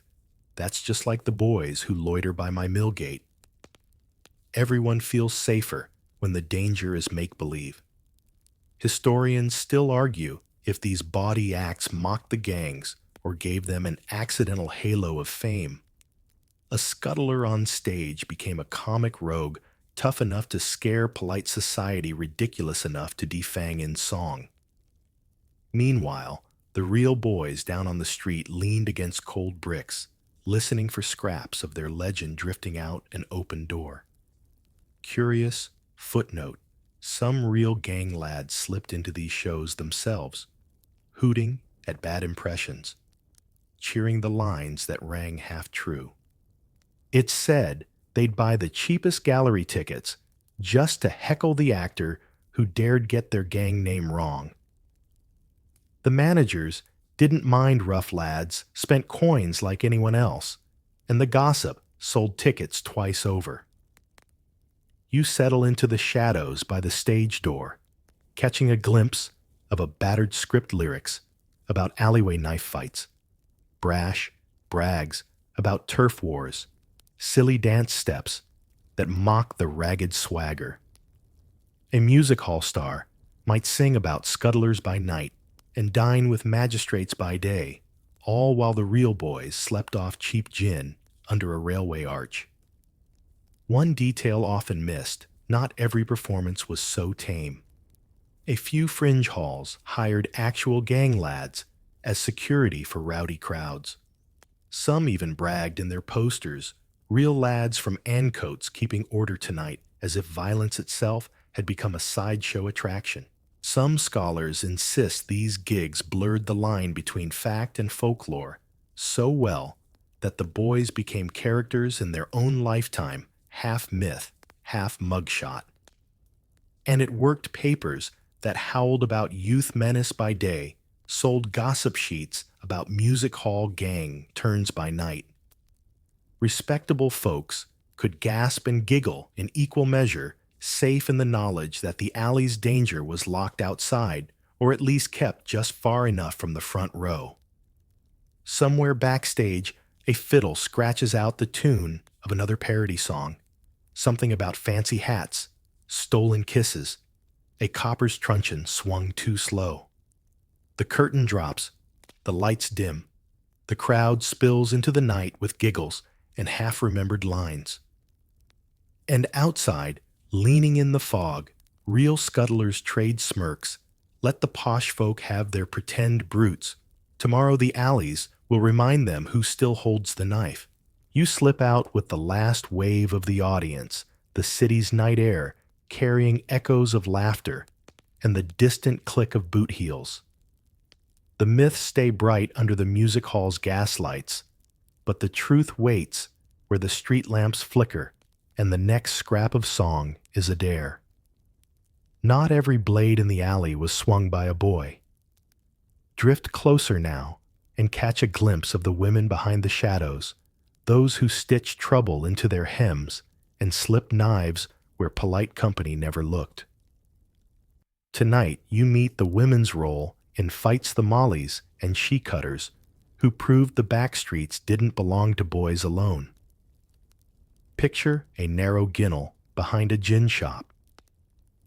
Two girls lean against the wall skirts, hitched just above the ankle to keep the muck off. One flicks open a small penknife, idly scraping grime from her boot. She's no pickpocket's damsel. She's a lookout, a messenger, a fighter when words run dry. Some lads say she's meaner than the lot of them put together. Victorian reformers like to pretend gangs were a boys-only affair, but court records tell another story. Girls joined brawls, carried secrets between streets, tucked messages and blades under petticoats no constable dared search too roughly. They were couriers when gangs needed stealth eyes, when boys bragged too loud, and teeth when cornered. Some historians call them mollies, a name borrowed from older criminal slang for bold street girls with sharper tongues than most men could handle. One magistrate's diary from 1884 records a she-cutter hauled in for slashing a rival's bonnet to ribbons during an alley. Scuffle, no blood that night. Just pride and silk, ruined beyond repair. Oddly enough, the press found these stories half titillating, half scandalous. A girl with a blade rattled polite assumptions that women were too delicate for street dirt and sudden violence. You lean near the open door of a wash house where a gang's girls gather. Wet clothes slap against stone sinks, while gossip flows quicker than the drains. One girl boasts about slipping past a copper with a hidden note sewn into her skirt hem. Another pulls her shawl tighter, revealing a tiny scratch on her wrist. Proud proof she stood her ground when the boys scattered. Historians still puzzle over whether these girls fought for the same reasons as the boys' status protection scraps of stolen respect, or whether they claimed a sliver of freedom in a city that offered them none. A few scholars argue some mollies gained real power, commanding loyalty from boys twice their size. Others believe they stayed half invisible, their stories swallowed by alleys that remember more fists than whispered secrets. One overlooked quirk music hall songs loved to spin tales of fiery gang girls, painting them as comic seductresses with knives tucked in garters. The reality was rarely so saucy. Most lived rough lives, juggling laundry work, hawking scraps at the market, or minding crying siblings when they weren't sneaking out to trade rumors by the gaslight. But a well-swung blade or a biting rumor could carve out a place no Sunday sermon could reach. Step back into the ginnel. The girls have melted away boots, quiet on wet stones, whispers trailing behind them like ghost stories. Somewhere, the boys will boast of their latest scuffle, but tonight you know better. More than one fight ended with a knife passed from a girl's apron pocket, a grin traded in the dark, and a secret never written down. Step a little deeper into the maze of brick and fog, and you'll find secrets etched right into the walls. Territory markings were the street's hidden language chalk scribbles, and coded signs that turned every alley into a map only the gangs could read. Imagine it's dusk in Ancoats. A lamplighter moves down the lane flame, trembling on a long iron pole, but his eyes skim over the chalk marks scrawled at shoulder height. To him, they're just childish doodles. To a scuttler, they're borders, threats, boasts, warnings that if you cross this line without the right cap or the right name, you'd better run. A boy kneels by a brick archway, stub of chalk clutched in dirty fingers. He sketches a symbol, half letter, half animal tail. Behind him, another lad stands watch boots tapping a nervous beat on the cobbles. A quick swirl means safe for now. A jagged line cuts through the swirl when a rival mob pushes too close. These marks change daily, sometimes hourly, a shifting graffiti that outfoxed constables who didn't know a gang's slang from a butcher's sign. Odd detail, some chalk signs mimic tradesmen's codes, secret marks used by chimney sweeps and stonecutters to claim work. The gangs borrowed these humble symbols, twisted them into threats and boasts. Historians still argue whether this was pure mimicry or a sly dig at respectable laborers' kids playing at being masters of their own strange trade. A copper's lantern swings around the corner. The boys scatter, leaving behind only the fading chalk lines that rain will soon smear away. By morning, new marks will appear, sometimes just footprints pressed into coal dust, sometimes a cryptic phrase scraped with a nail into a wooden door. Mothers washing steps at dawn might scrub away half a turf war before breakfast. Step closer to a warehouse wall, where old marks overlap like a palimpsest layer after layer of warnings and claims. Some lines date back years, half erased by weather, half rewritten by new hands who never knew the boys that first drew them. A few local shopkeepers quietly paid lads to leave their doorways blank better bribe the scuttlers for invisible protection than find your window smashed after a mark appeared overnight. One curious twist in court chalk marks rarely counted as real evidence. Policemen might mention them, but magistrates wanted names, not symbols. So the gangs kept scribbling, knowing these fragile lines made the streets theirs in a way no paper trail ever could. You lean close enough to smell damp brick chalk dust clinging to your coat sleeve. A faint mark catches your eye, 3 crooked lines ending in a tiny arrow pointing deeper into the alley. Maybe it's just a child's scribble. Or maybe it's the sign that tonight someone plans to reclaim a corner lost last week to a rival mob. As the lamplighter drifts off, the wall remains an unofficial ledger of bravado and threats promises made in white powder and soft rain. Tomorrow, a new hand will add another line, and the cycle spins on borders, drawn borders, crossed always a fresh mark, waiting in the dark. Slip through a creaking courthouse door, now, where the chill is sharper than any back alley wind. Here in gang trials and judges, the swagger of the street meets the stiff collar of the law, and the echoes of laughter fade fast under the gavel's thud. Picture a row of ragged boys perched on a wooden bench, boots' muddy caps clutched tight in nervous hands. Their eyes flick from the bored constable at the door to the magistrate perched above powdered wig, slightly askew. Victorian courtrooms were part theater, part factory, pumping out punishments for petty theft, street fights, drunken brawls. But when the scuttlers showed up, the mood shifted. The press leaned in, the public whispered, and the judges liked to make examples. The boys slouch when their names are called, trying for that same back alley bravado, until the clerk reads out the charges assault with a clasp knife, riotous assembly intimidation. Some of these lads are 14, maybe 15. A few haven't seen the inside of a schoolroom in years. Their mothers stand at the back, bonnets pulled, low faces, stone still. One curious fact, many trials hinged on witness gossip neighbors who heard a shout in the dark, shopkeepers who saw caps bobbing under a street lamp. The law needed stories more than fingerprints. Historians still argue whether these courts were fair or farce, hammering down poor kids, while the bigger trouble, poverty itself, sat unindicted.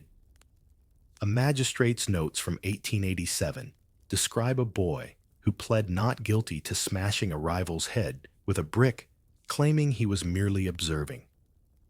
The court didn't buy it. 6 weeks of hard labor wiped the grin from his freckled face soon enough. Sometimes the punishment was a fine a few shillings, squeezed from families who barely had bread money. Sometimes it was prison, where lads rubbed shoulders with grown thieves and came out meaner than before.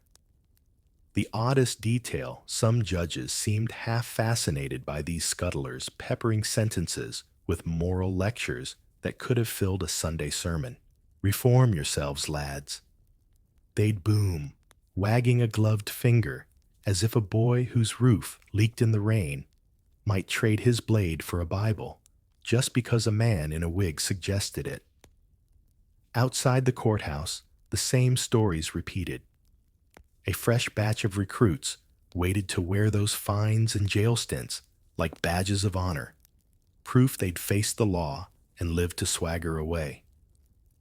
Older scuttlers swapped tales of courtroom dramas comparing sentences like trophies in the same pub where they'd first learned to swing a punch. Yet not every judge swung the hammer so freely. A few reformers lobbied for alternatives, youth homes, night schools, work schemes that might keep lads too busy or too tired to chase turf wars after dusk. Historians still debate how well these plans worked. Did they truly dent gang life, or just push it sideways for a time?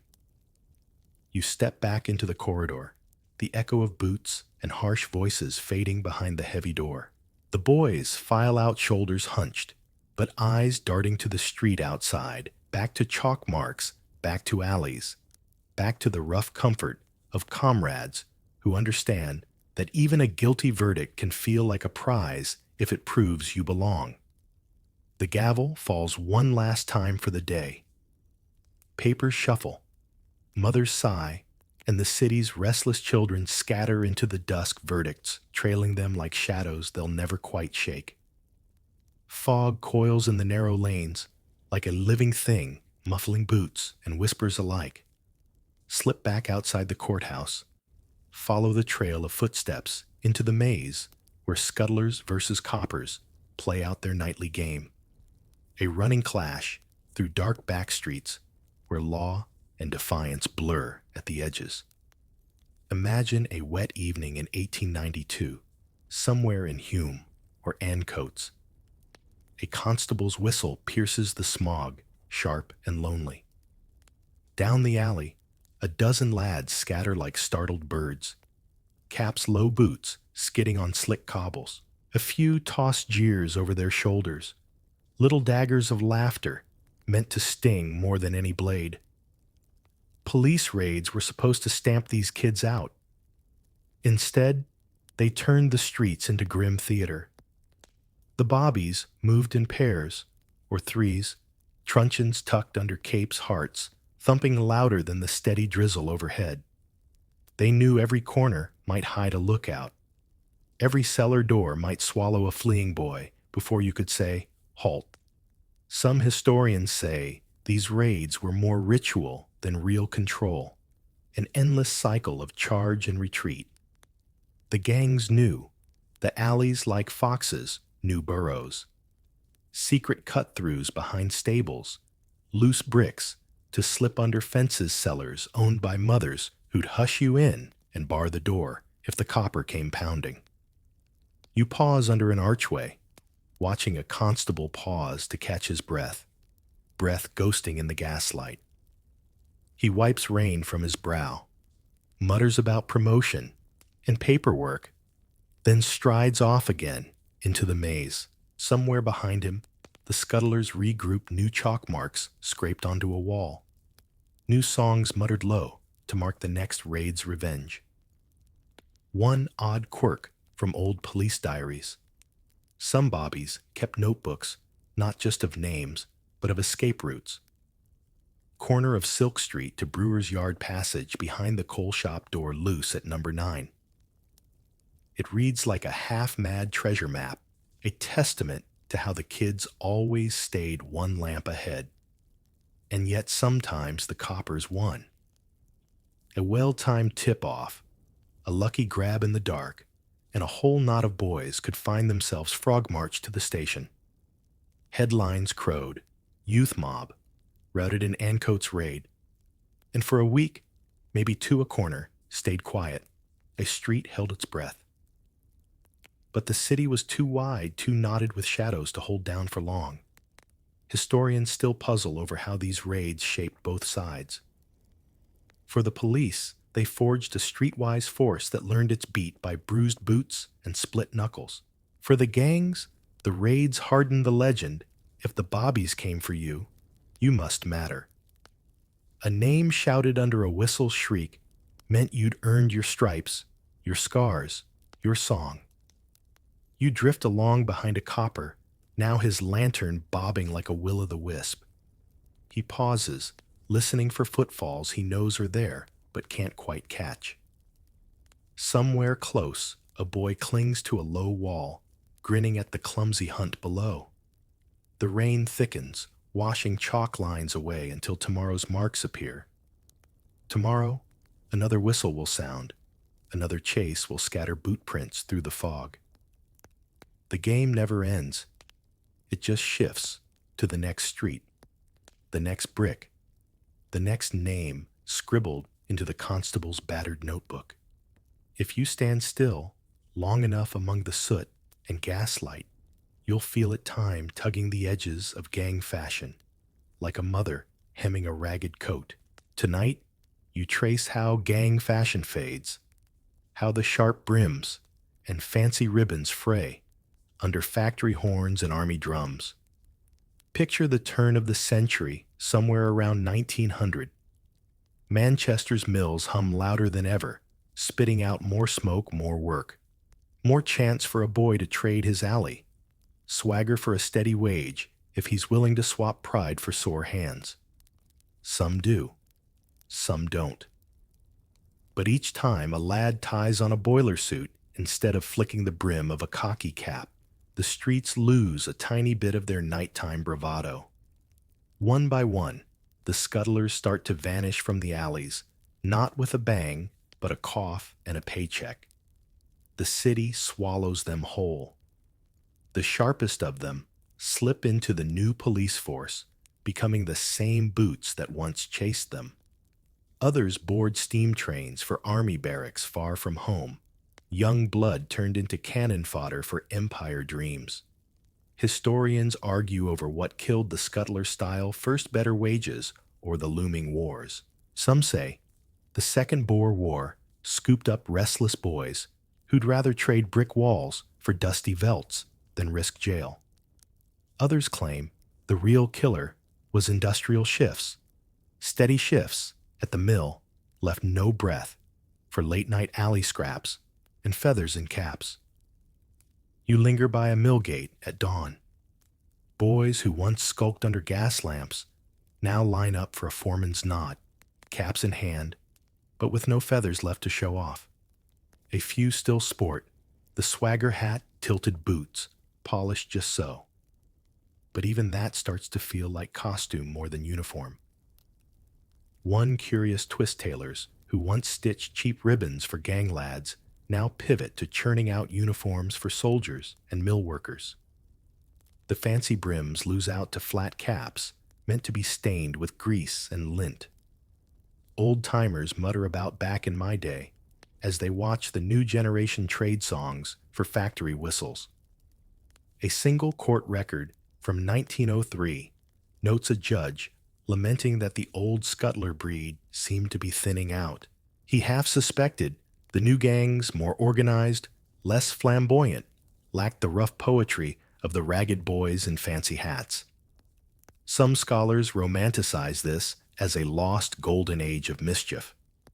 Others point out that poverty and broken homes didn't vanish, only the shape of rebellion changed.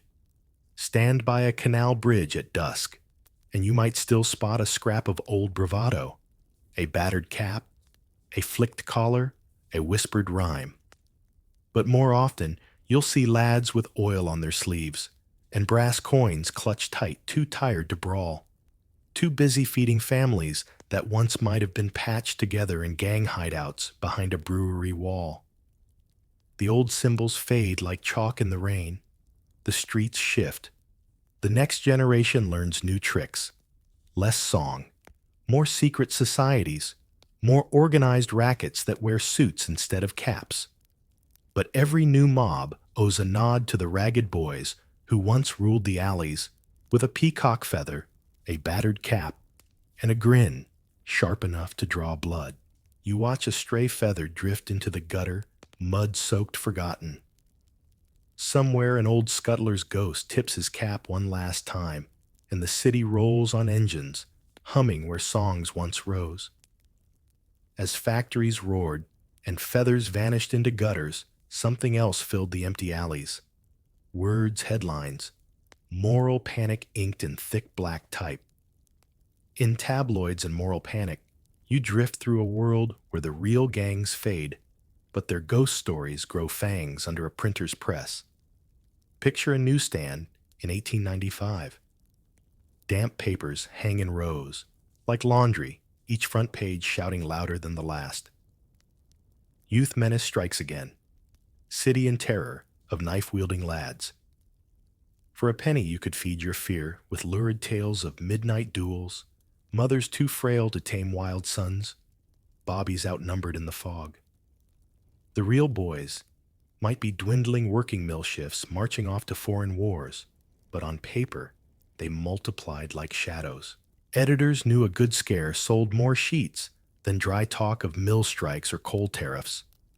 So every petty scuffle became a riot, every chalk mark a coded threat, every unlucky lad in the dock a warning of civilization's doom. Historians still debate if the papers truly believed their own panic, or just fed a city's appetite for tidy villains who could be locked up in neat columns. You slip inside a cluttered newsroom near Deansgate. Cigarette smoke curls around clattering typewriters. A young reporter grins as he sketches out the next day's front page. He's never seen a scuttler knife fight, but he knows how to spin a witness tale into a 3-column scare. The editor leans over his shoulder, muttering, "Make 'em monsters, lad." Monsters sell. An odd quirk in old clippings. Sometimes the same paper that roared about gangs on page 1 buried a tiny note on page 4. Local boy fined for street row, stripped of drama soon forgotten. The myth always outsold the mundane. The people wanted cap feathers, blades glinting in lamplight, mothers weeping on courthouse steps. These moral panics gave birth to new rules, more police, stricter curfews, charity drives to rescue wayward youth. Some helped in tiny ways. More often, they stirred fresh gossip.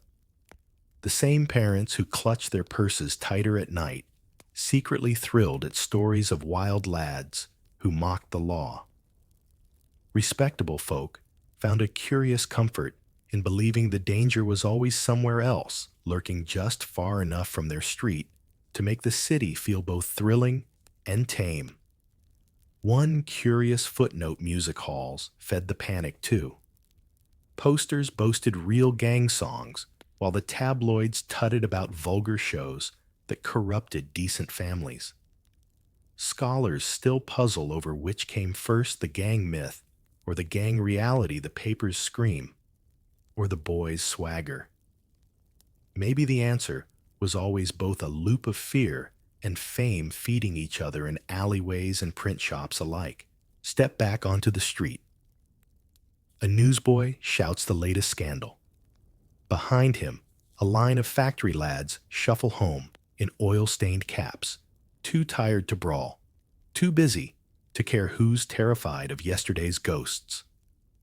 The real scuttlers slip through cracks in the city's memory, while their tabloid twins swagger on inked legends with sharper edges than any battered penknife could hold.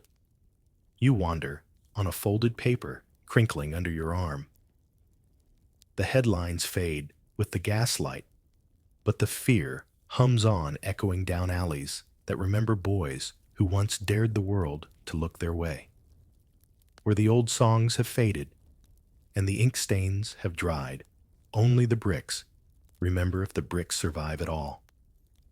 Tonight, drift through lost streets, lost names, where whole neighborhoods that bred Britain's forgotten gangs vanish beneath progress and soot.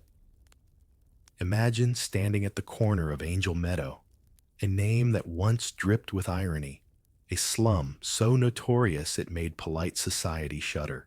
In the late 1800s, these twisting lanes teemed with boys in flat caps, chalk marks, and stray feathers. Now, 100 years later, they're buried under car parks, glass towers, and polite plaques that politely forget what once squatted here. You wander past the ghost of Charter Street, where scuttlers once paraded their turf in brazen daylight. Factory expansions, railway lines, and civic improvements chewed up row after row of cramped terraces. What the police and poverty couldn't erase, the city's appetite for new roads and wider boulevards did. Historians still argue whether slum clearance truly lifted people up or simply scattered the same struggles a few blocks further on. An old tale says that in Hume and Ancoats, a clever lad could sprint from one gang's turf to another without ever touching the main road's backyards and alleys stitched together like secret veins. By the 1930s, many of those veins were bricked over, turned into storage lots and silent factories.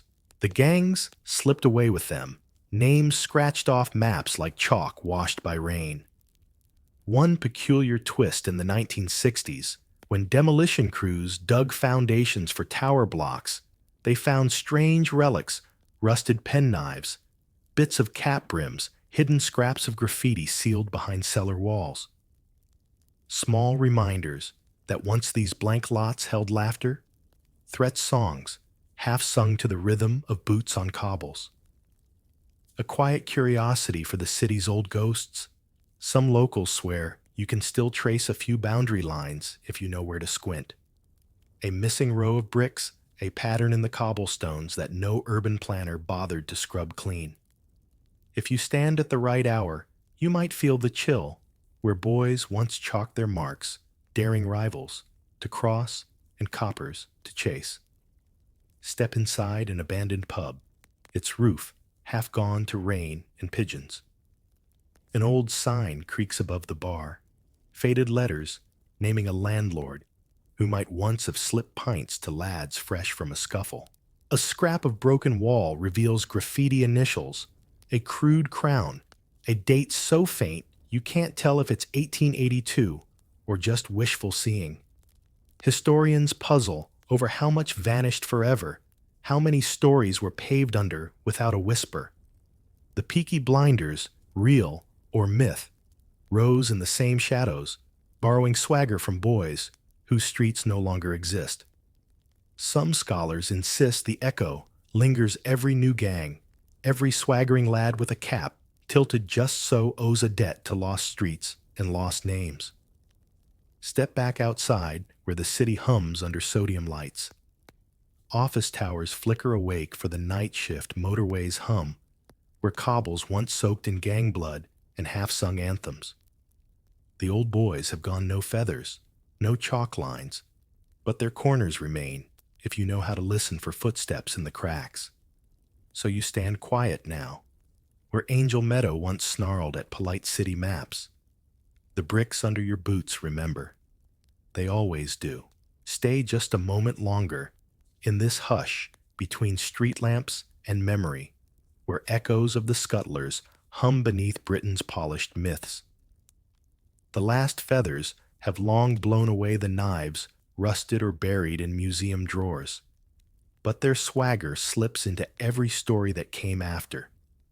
Picture the first time you heard the name Peaky Blinders. Razor blades stitched in brims, sharp suits, cut to mock the mill bosses, an image so slick you'd swear it was born from celluloid alone. But squint behind the TV glow, and you'll see the Scuttler's first boys, who walked so the Peakies could strut. Same defiance, same alley shadows, same hunger to carve out a name before the city swallowed them whole. Historians love to debate whether the Peakies really stitched razors in their caps. Some say truth, others shrug it off as legend. But few argue that the real myth work started with the Scuttlers, whose songs and chalk marks painted the first map for working-class rebellion dressed up in silk scraps and cheap gin. Step into a modern pub in Manchester tonight, and you might spot the old Echoes murals of grim lads with cocked caps and bold stares, local craft beers named for scuttlers who never knew a camera. Some neighborhoods throw up plaques for the gangs the city once begged to erase, part caution, part celebration that the rough edge never quite filed smooth. One curious detail, every so often, a faded family story bubbles up. Granddad was a scuttler, you know. Tough lad, fought coppers round the old gasworks. A pride laced with rue, proof that once the streets didn't just break boys, they built them into whispered legends, flawed and fragile, but stubborn as brick. The scholars argue on, were they criminals? Folk, heroes lost children. The truth, as always, curls between the lines. Bits of soot, scraps of song cap feathers drifting through a city, forever rebuilding itself over old scars.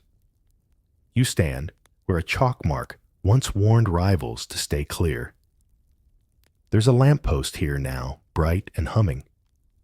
The wall's been repointed 3 times since a boy crouched to scrawl his gang's sign at dusk.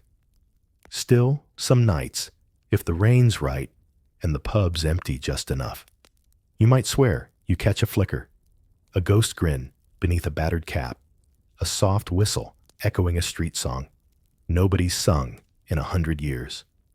The scuttlers are gone, but the city hums with them, still half-forgotten kings of lost alleys, forever young, forever brazen. Their stories slip through cracks, whistle down drains, grin from under flat caps on a screen near you. So hush your thoughts now. Let the fog roll in. Let the alleys breathe quiet again. But under the same damp glow, another story stirs a tale where the shadows bend not to gangs of boys, but to queens without crowns who ruled the hush with secrets sharper than any blade. You trace your fingers along the worn brick of a London slum in 1895. Behind every creaking door lies a small kingdom built not by muscle-bound brutes, but by women in starched sleeves and hidden ledgers. Among the thick fog and the sharper stink of spilled ale, you meet Ada, the so-called godmother of Clerkenwell, whose name never appeared in polite society's dinner gossip, but rang like a church bell among pickpockets and petty thieves. It's said Ada's network reached into every dockside warehouse, every dice den, every dusty pawn shop within 5 miles of her gin palace. She ruled with a strange blend of motherly scolding and merciless punishment. If you stole without permission, you'd find your own pockets, mysteriously emptied by dawn, sometimes by your own sister, pressed into service by Ada's iron promises. Some historians still argue whether Ada's power came from pure fear blackmail or the comfort she offered the city's poorest. You picture her squat frame leaning over a battered wooden bar, counting every copper with a barked order for silence. Beside her teenage boys, her runners smuggle sealed envelopes through soot-thick streets. The local police constable fresh to the beat might wink at her thinking she's just another widow, eking out a living. He has no idea the notes he pockets at Christmas come from Ada's purse, or that his missing pension was funneled through her smuggling ring when he turned a blind eye to her boys. A century later, her name only lives on in whispered family stories. Some say she used the money to buy respectability for her daughters, who married up and never looked back.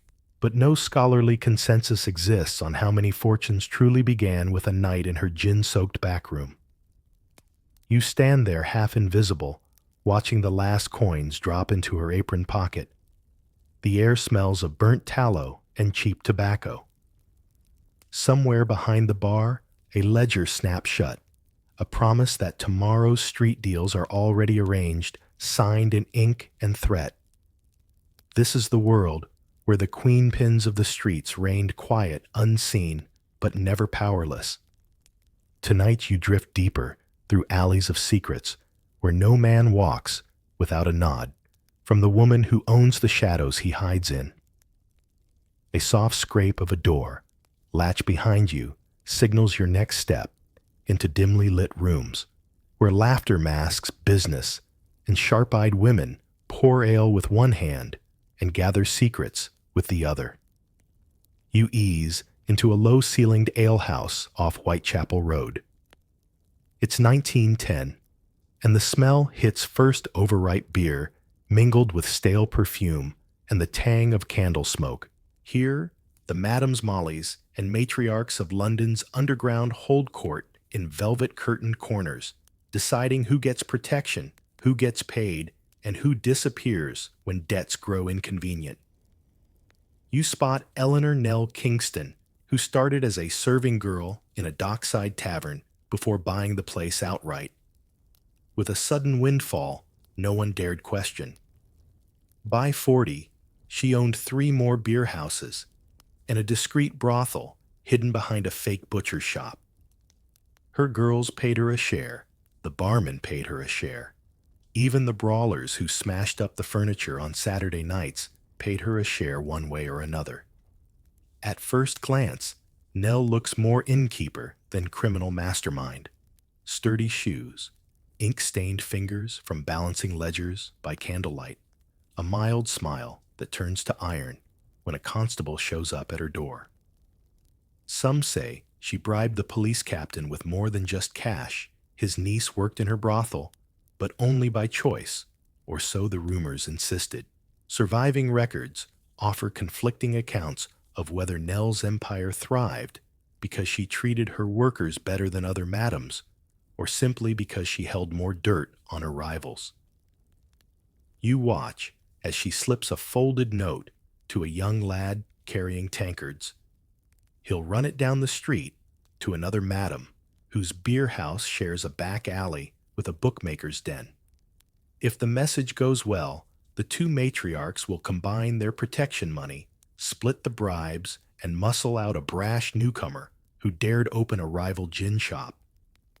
A whisper, hear a promise there, and suddenly the newcomer's kegs are lost on delivery, smuggled to Nell's cellar by morning.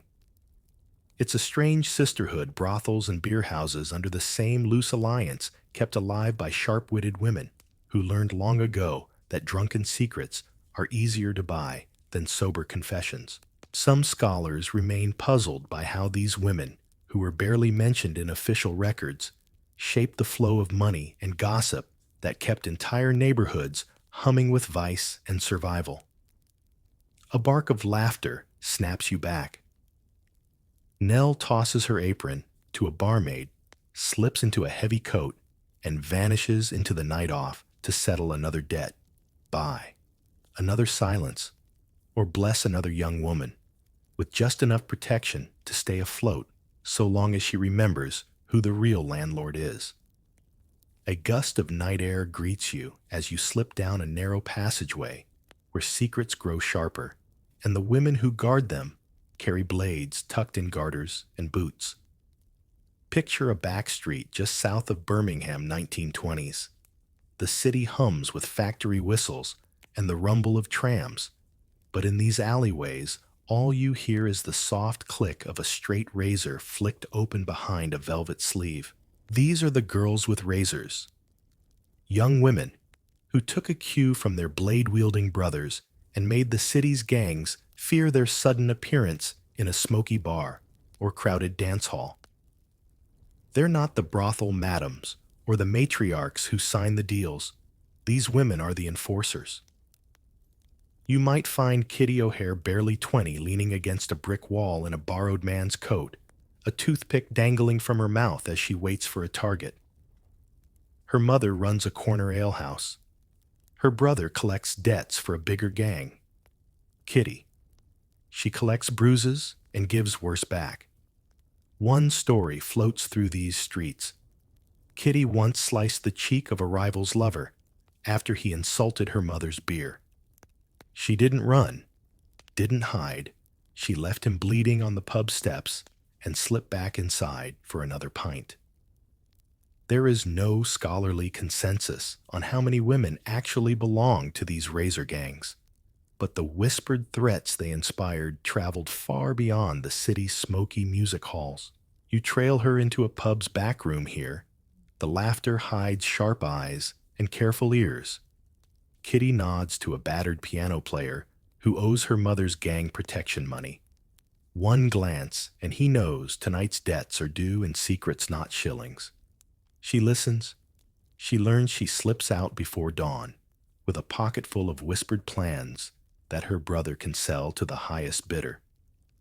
There's a crooked honor in the way these girls work, half criminal, half sisterhood. Sometimes they protect the wives whose husbands drink away wages in back alley clubs. Sometimes they hide stolen rings for girls who want to run from arranged marriages. Some scholars remain divided on whether these acts were pure business or a crooked form of community care.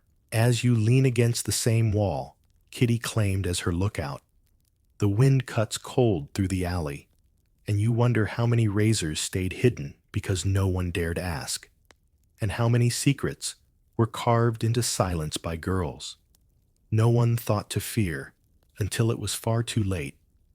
A faint lullaby drifts from an upstairs window as you step into the cramped back room of a terraced house where crime begins not in dark streets, but around kitchen tables, beside battered cradles, and under the watchful gaze of mothers of mischief. It's 1882 in Liverpool's Docklands. You stand by the coal stove where Margaret Peg O'Reilly peels potatoes with one hand and sorts pilfered tobacco packets with the other. Her youngest clings to her skirt while two older boys argue over who gets to run the next errand for the local fence. There's no gang insignia here, just soup, boiling baby clothes drying, and the quiet schooling of small hands in bigger sins. Peg's story isn't rare. For many working-class families, teetering on hunger's edge, petty crime filled the gaps left by irregular wages and absent fathers.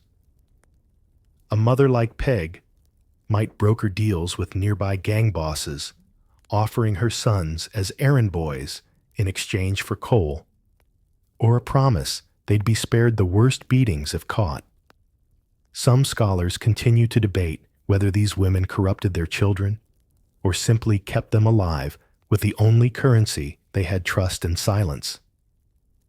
You glimpse Peg, leaning out her back door to whisper with a neighbor. A nod, a slip of coins, and her eldest runs out with a sack of salvaged sugar bound for a tavern where it'll be swapped for cash. Meanwhile, Peg checks the window to see if the dock watchmen are anywhere near. They know her by name. Some of them owe her pies, mending, or hush money from favors she brokered years ago. There's a warmth here, too, in a twisted way. Peg's kitchen is safer than the cold stone cells waiting for wayward boys caught thieving alone. Mothers like her acted as both shield and push, protecting sons from rival gangs while nudging them deeper into the same life. Some grew up made good and left the alleyways behind. Others traded their mothers' kitchens for prison beds and grave plots.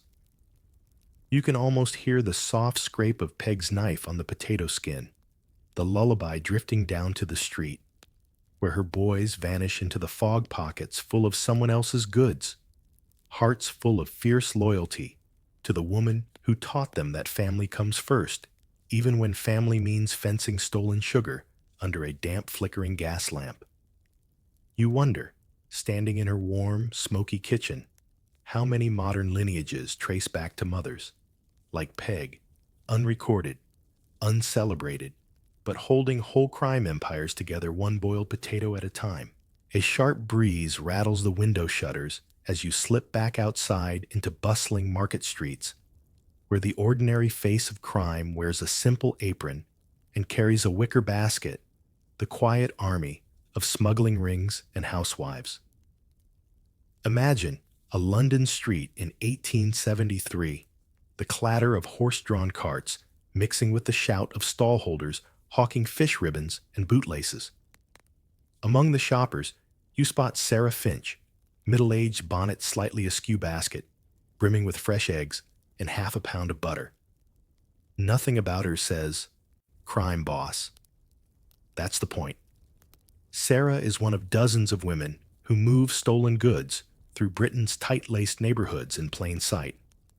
Her basket hides more than breakfast supplies. It holds stolen silver spoons, a roll of silk pilfered from the docks, and sometimes tucked under the bread, a handful of coins for bribes or hush money. She blends so well that the local constable once carried her basket for her on a rainy day. Surviving accounts offer conflicting details on whether he knew exactly what rattled under the eggs. In side streets, you find housewives like Sarah swapping tips behind laundry lines. They share which back doors to knock on, which fences pay fair prices, which dock workers can be paid off to look the other way when a crate falls into a waiting cart.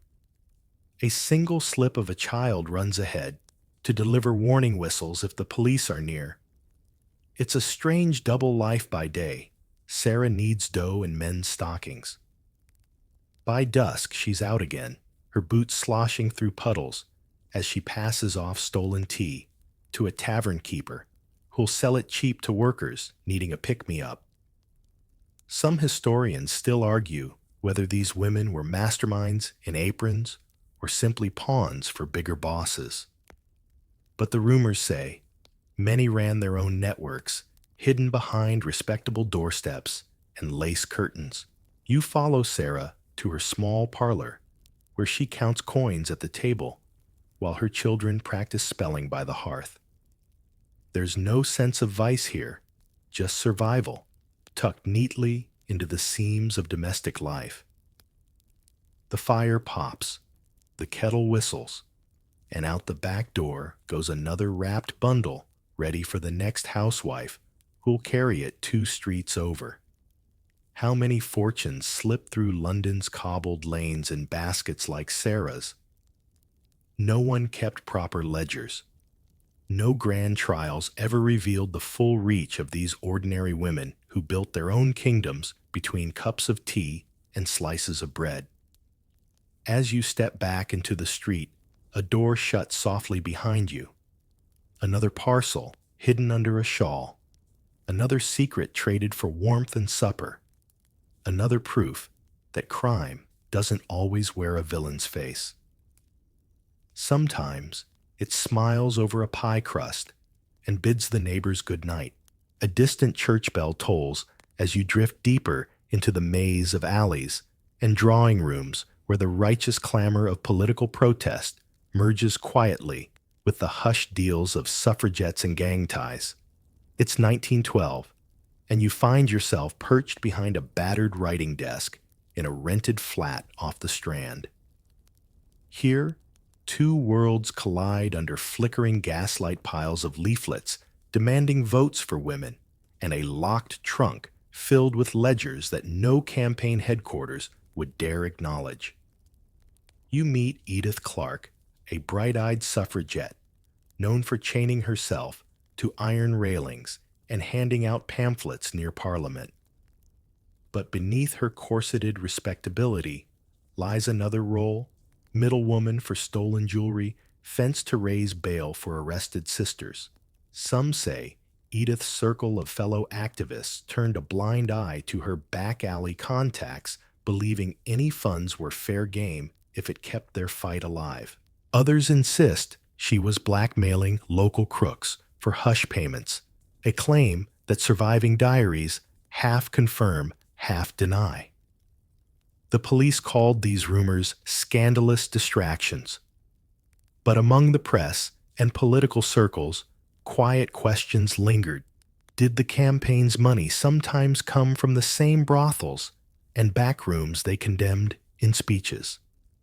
There is no scholarly consensus on how deeply the militant wing of the suffrage movement tangled with London's vice rackets. What's certain is that a few well-placed whispers kept arrests down and printing presses running. Edith sits by the window, now scribbling speeches with ink-stained fingers, while a trusted courier, a girl with a hidden switchblade in her boot, waits to carry a sealed note to an underworld contact. This same courier once smuggled sashes and banners under stolen bolts of cloth. A brothel madam down the road might lend a discreet room for meetings no police spy would dare raid. You imagine the uneasy hush when respectable ladies in feathered hats share tea with working girls who know every back exit in Soho. One world craving votes and headlines, the other craving safety and a cut of the coin. Together, they weave a tightrope of secret favors and whispered debts, each side needing the other to keep balance in a city ready to shout scandal at the first sign of a slip. Some scholars remain puzzled by how much these overlaps shape the speed of change. Did the hidden help of vice money tip scales that polite donations alone never could? Or did it merely feed the same rumors that made society clutch its pearls while quietly passing new laws? As Edith seals her note with wax and hands it to the waiting girl, you hear the rumble of footsteps on the stairs.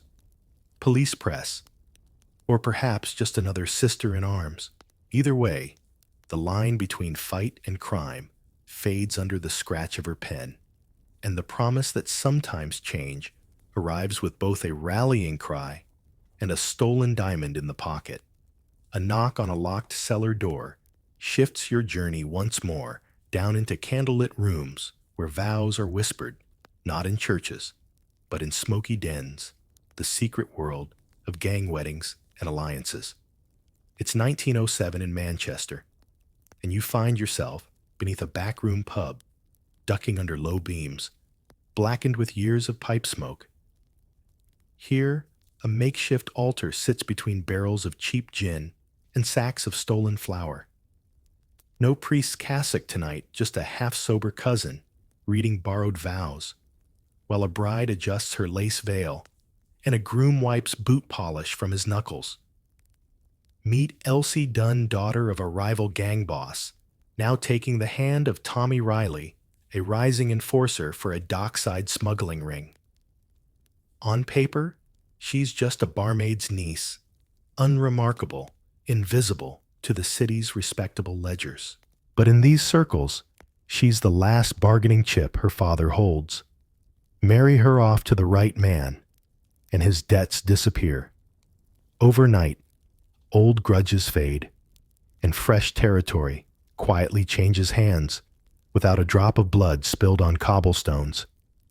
Some historians still argue whether these alliances were forced unions of frightened girls or clever deals struck by ambitious women who knew exactly how to wield their worth. Surviving witness accounts offer conflicting memories.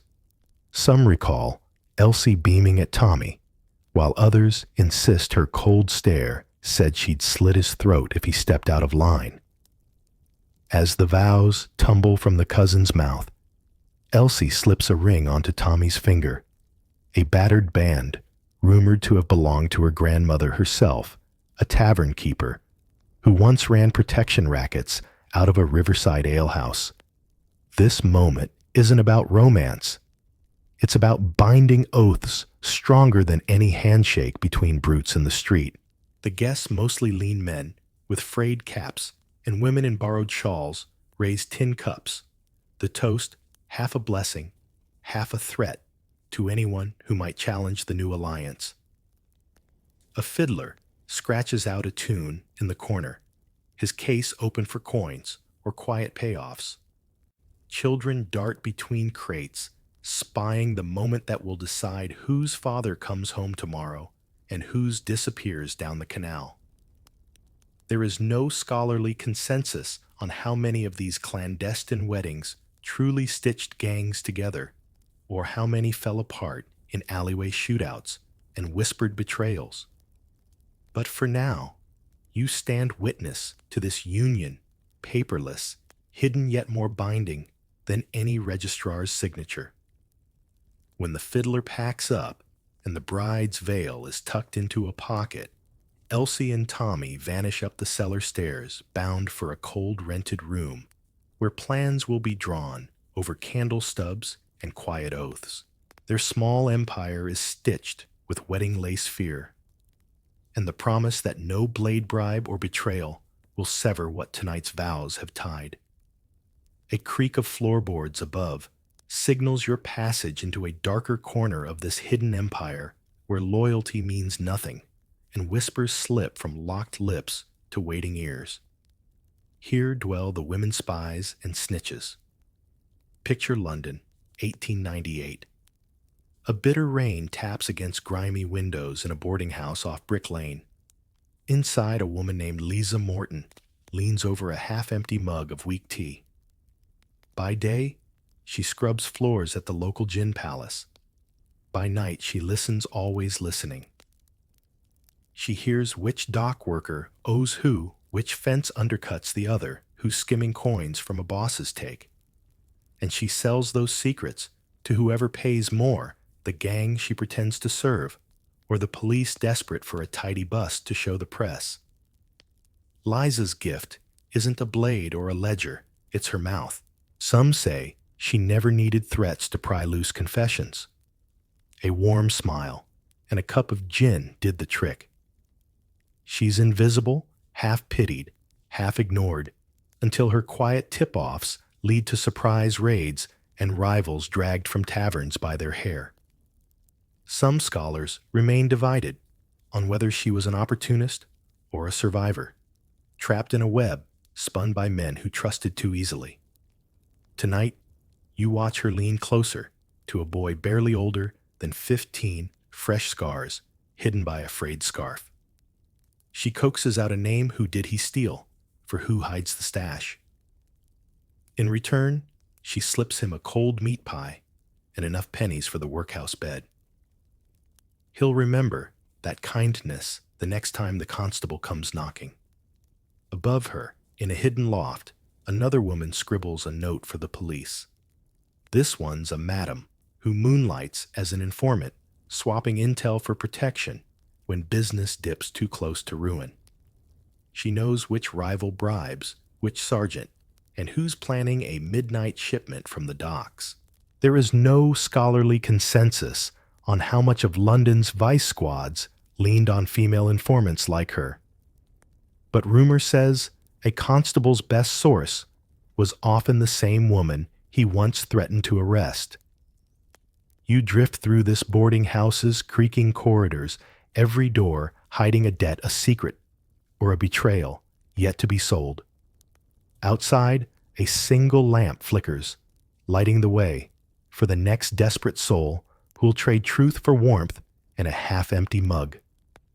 Liza closes her eyes, listening to the rain, each drop a promise that no secret stays buried long when the right woman's ear is pressed to the door. In this twilight world, loyalty is the rarest coin of all. And tonight, the women who spend it wisely will make sure the shadows stay just thick enough to cover their tracks until the next knock comes and the next name falls from trembling lips. A clank of iron keys and the echo of heavy boots guide you deeper still into damp stone corridors where the empire of secrets meets its coldest end, prison tales and female jails. Step through the rusted gate of Holloway Prison in 1905. The air chills your lungs, thick with soap sweat, and the sharp sting of disinfectant. Here whole wings hold women who ruled beer houses, picked pockets in train stations, or whispered too many names to the wrong ears. Some arrive in silk, others in rags inside. They all wear the same scratchy uniforms, stripped of titles like Madam or Queenpin. You find Mary Ashcroft scrubbing a stone floor with cracked hands. Once she owned half a block of lodging houses in Southwark, renting rooms to dock workers by day and card sharks by night. She bribed constables, paid off judges, and hid stolen watches behind her husband's funeral business. But a single betrayal, an envious cousin's tip-off, landed her here trading bribes for cold porridge. Prison matrons keep a sharper eye on women like Mary than on petty shoplifters. The guards know these inmates still run small empires, from cell blocks, passing notes in laundry baskets, bribing warders for extra blankets, or coded letters smuggled out under crusts of stale bread. Surviving prison registers offer conflicting accounts of how many crimes were planned behind these bars.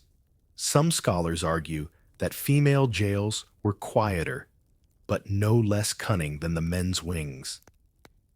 In a corner cell, you meet Elsie again, the same young bride who married Tommy Riley under a gin cellar ceiling. Rumor says she arranged her own arrest to dodge a blood feud after her new alliance crumbled. Inside Holloway, she's safer than on Manchester's rain-slick streets, her protection money paid in secrets traded to the governor's clerk. When her term is up, she'll walk free, debts forgiven by rivals who fear the letters she squirreled away under her straw mattress. You hear the muffled scrape of chalk on slate as prisoners keep track of outside deals, who's owed what, who'll pay who when the cell door opens. The silence at night is broken only by whispers through barred windows. Some women slip back into domestic life after release folding laundry for rich families who never guessed their maids once ran whole blocks of back alley beer houses. Others vanish into the fog, never to be seen again, alive, or not, no one knows. There is no scholarly consensus on how many fortunes were saved, rebuilt, or buried forever behind these prison walls. But standing here, you see more than locked doors. You see hidden passageways of power etched into stone by women who learned that a few iron bars were no match for a whispered promise passed from bunk to bunk. As you turn from the cold cell, the keys rattle once more, a reminder that freedom isn't always found in open streets. Sometimes it hides in these shadowed halls, waiting for the right debt to be paid, the right guard to be bribed, the right secret to be sold. A sharp whistle pierces the prison yard's gloom, pulling you back out into the city's swirling lamplight, where escape is an art form and defiance has a woman's voice. This is the realm of madams versus police. Picture a soot-slick street in London's Limehouse, 1890. Behind shuttered windows, candlelight flickers over velvet drapes and perfume bottles stacked like trophies. Here you find Mabel, Queenie, Dunn part, Madam part, neighborhood diplomat, and full-time headache for the vice squad, who never quite managed to keep her behind bars. Queenie's brothel is no gaudy den of excess. It's tidy quiet, hidden above a tea house that serves stale biscuits to unsuspecting clerks. She greets the constable at her door with fresh scones and a polite smile, while her girls slip out the back with bribes tucked into hat boxes. It's said she once swapped a week's protection for a single scandalous photograph of the local sergeant in a compromising pose. Some scholars remain divided on whether such stories are urban myth or evidence that the line between law and crime was just a matter of price. You drift into her parlor, where velvet cushions hide ledgers inked with coded lists. Which officer likes brandy, who needs hush money before payday, who must be threatened with exposure if the raids come too close. Tonight, Queenie sits with her favorite girl Josie, explaining how to slip a folded pound note into the captain's coat pocket when he arrives acting innocent while tightening the net of favors. The local press loves her more than the police do. When a raid fails, scandal sheets sell more copies. Headlines scream of fallen women and moral ruin, while readers sneak glimpses of Queenie's name half admiring her defiance. Surviving police records offer conflicting numbers for how many times her establishment was shut down. Some say 10, others whisper 20. Yet she always reopens doors, freshly painted candles newly lit. When the vice squad does barge in, Queenie never runs. She greets them with tea and a ledger so clean it squeaks because the real ledger sleeps safe in a locked trunk 3 houses down. Her girls scatter like mice, safe through hidden doors, slipping through tunnels that connect half the block. If the constables do find anything, a coin or a threat delivered to the magistrate often makes the evidence fade by dawn. Some scholars argue that Queenie and her kind did more to keep working-class women fed than any moral reformer ever did. Others bristle at the idea, insisting her bribes and blackmail only made vice more entrenched. The truth lingers in shadow. The city needed its Queenies, and Queenie needed the city to keep looking the other way. You lean against the parlor's gilded fireplace as she lifts her teacup in a mock toast to the latest raid, her laughter mingling with the quiet scurry of boots disappearing down the back stairs. Outside, the gas lamps hiss. Inside, the next bribe is counted, the next secret tucked under a bonnet, the next raid already undone before the front door even swings shut. In this tug of war, Queenie never loses.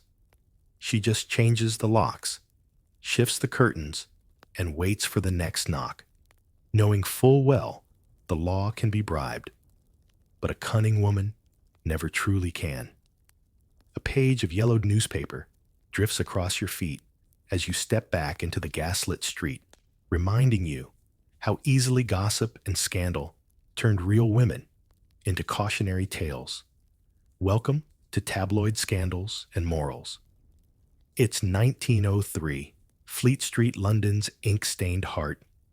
You stand inside a cramped printing office stacked with fresh broadsheets, each one blaring half-truths about the city's so-called Queen of the Gutter.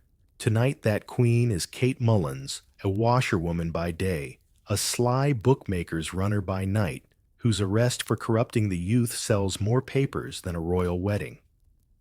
Kate's real crime: she taught her niece to ferry bets from tavern to racetrack, a tidy sideline that kept bread on the table when wages ran dry.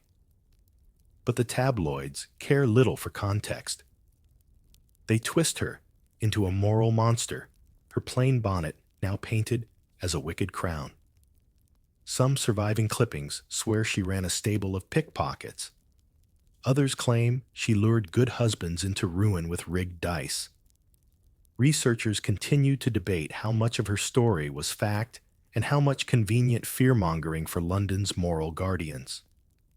You lean over a compositor's shoulder as he sets fresh type, Woman's Gang, Empire Smashed by Brave Detective. The detective, in truth, accepted a quiet payoff from Kate's sister to look the other way. But scandal tastes better when the heroine's head is on the block, at least on paper. The press didn't invent crime, but it sold it well. Tales of corrupt mothers, madams, and queenpins titillated middle-class readers, feeding both outrage and fascination. They devoured rumors of hidden cellars and whispered deals safely distant from their own tea tables. If a working-class woman slipped and fell, or simply rose too high, the tabloids were ready to drag her story across 3 front pages. In a smoky newsroom corner, you glimpse an editor hunched over a pile of tip-offs, some real, some faked by rivals who wanted Kate's racket for themselves. A single wrong word in print could shut down a beer house overnight, ruin a family's name, or make a bribe triple in price. No scholarly consensus survives on whether these lurid tales truly curbed vice or simply gave it new alleyways to hide in. Outside the press door, you see Kate's niece, head down clutching a small parcel of stale bread. The stories don't mention her. They don't mention that the same papers printed ads for betting shops on the next page. They don't mention how fast tomorrow's scandal will erase today's villain as long as the inky presses keep spinning. You leave Fleet Street as the compositors slam fresh pages onto carts. Somewhere across the city, Kate sits in a cold cell, half heroine, half cautionary ghost. Her name inked into headlines, her real story lost between moral outrage and cheap thrills, like so many women who slipped through the cracks between crime survival and the city's ravenous hunger for a good scandal. The scent of stale ale and candle wax drifts through a creaking tavern door, welcoming you into a softer echo of crime, one built on whispers, nods, and fortunes so well hidden they were almost never found. This is the realm of silent schemes and hidden fortunes. Imagine a crooked alehouse near Spitalfields Market in 1887. Its sign swings on rusted hinges, half the letters missing. Inside, low voices hum over cloudy pints. At first glance, you'd swear the place barely breaks even. But beneath the sticky floorboards, under barrels and crates, lies a small empire of coin and secrets quietly tended by Martha Little, a widow whose hands smell of stale hops and old ink. Martha's magic isn't in muscle or blades, but in books, ledger books, to be exact. She knows how to record a debt, so it disappears when the constable comes knocking and reappears when it's time to collect. By day, she serves boiled beef to tired laborers. By night, she turns those same coins into loans for pickpockets, bribes for the local beadle, or hush money for families whose boys got caught lifting silver spoons. Some historians still argue whether Martha was just an opportunist or the city's quietest banker in petticoats. You watch her slip a folded note into the palm of a young wife who pops by for a borrowed pint of gin. Inside the note, instructions for a backroom smuggling drop tea leaves that fell off a cart on the docks, soon to be sold 3 streets over at half price. A neighbor might swear Martha never leaves her bar, yet her coin travels half the city by morning. She doesn't need brute force, her power hides in silence and tiny trusted favors. In the corner, an old man nods, drumming fingers on a battered tabletop.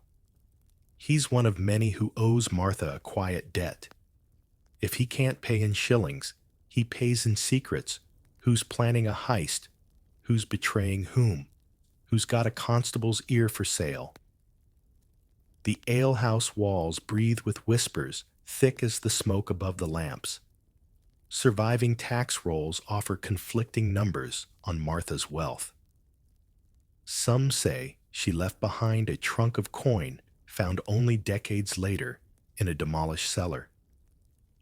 Others claim her family slipped back into respectability, building a proper pub on clean books, and a fortune washed so well, no scandal stuck. There is no scholarly consensus on how many fortunes like hers vanished behind curtains, down drains, or into new lives, far from these grimy tables. You lean on the scarred oak bar, feeling the floorboards creak beneath your boots. Somewhere under there, a sack of sovereigns nestles in sawdust. If you listen close enough, you hear more than the clink of mugs. You hear the city's quiet heartbeat, one that never shows its hand, never raises its voice, never leaves its coin, where prying eyes might find it. When Martha wipes her hands on her apron and nods you toward the door, You step back into the damp London night, wondering how many fortunes still sleep beneath cracked tiles and warped planks, waiting for hands clever enough to keep the silence that made them. A cold fog curls around your ankles as you wander deeper into the winding lanes where shadows fade and faces vanish. This is where the boldest players slip away, the realm of disappearing acts. It's 1919, in the maze of alleys behind London Bridge Station. You stand outside a drab brick house that used to be a safe haven for smuggled gin and pilfered lace. Now, it's just another address in the ledger tenant gone window-shuttered neighbors, swearing they never knew a thing. If you ask around, they shrug Marietta Queenie, never heard of her. A lie everyone agrees to keep alive. Inside the dusty parlor, you find the ghost of Queenie Dunn. Remember her velvet cushions, her sly bribes. Some say, when the vice squad came too close, she paid a single bribe, slipped into mourning black, and buried her name under layers of new aliases. A few claim she sailed to Canada under her niece's papers. Others whisper she remarried a policeman who once raided her brothel. Surviving doc records offer conflicting hints, half-crossed names matching half-true stories. Disappearing wasn't a one-night trick. For many queenpins and mothers of mischief, it meant years of slow reinvention. They traded silk bonnets for plain caps, swapped gin cellars for corner shops, bribed a new husband or a helpful priest to scrub a past clean. Some historians still argue whether these women retired rich or faded into the same poverty they'd fought so hard to dodge. You see a flash of this in Mrs. Sarah Morton, once the breadbasket queen of Spitalfields, famous for hiding smuggled brandy in flour sacks. Now she sits by the window of a small bakery in Brighton, calling herself Aunt Sadie. She hands sticky buns to schoolchildren who have no clue their kindly neighbor once paid off dock masters and swindled more than a few customs men out of a fortune. A soft clink from under her bed hints that not everything vanished. Some coins remain hidden in a tin wrapped in an old prayer book. If the tax man asks, she's never heard of a thing.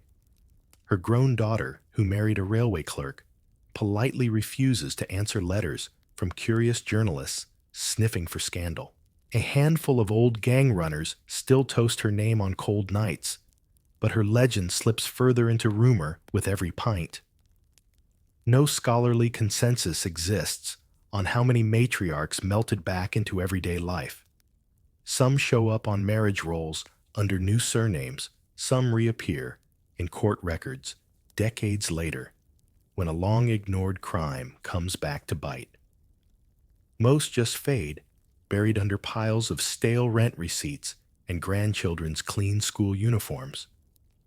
As you stand in that quiet parlor, listening to the creak of floorboards, once trodden by thieves, informants, and secret queens, you realize London itself is their last accomplice, swallowing stories, whole, brick by brick, until only a whisper remains. Outside, the fog closes in hiding your footsteps as surely as it hid theirs, these vanishing women who taught the city that sometimes the cleverest crime is knowing when to slip away before the street lamps flicker on. A distant siren hums through the city's veins as you follow the last traces of vanished queenpins into today's restless streets, where old legends echo in new voices, the realm of modern echoes. It's present-day Manchester now, under a drizzle that slicks neon shop signs and cracks in the pavement alike. You find yourself at the corner of a busy estate staring at a mural, half-finished on a battered wall. It shows a woman in a silk bonnet, eyes sharp arms, folded someone's modern imagining of Ada of Clerkenwell or Queenie Dunn, watching over a new generation of girls who run their turf with smartphones instead of switchblades. Tonight's gang girls aren't exactly carbon copies. they deal more in stolen cars, street-level rackets, online scams. But somewhere in the mix behind the brash TikToks and tracksuits lurks the same quiet rule: these empires live or die by whispers and loyalties, often guarded by women as tough as any man. Take Shanice's 17 calling shots at a bus shelter under flickering street lamps. She might hustle cheap knockoff trainers, but the rumor goes she keeps the neighborhood calm when rival boys get too bold. Her word settles arguments faster than a blade if you cross her. The next day, your stash, or your pride, disappears.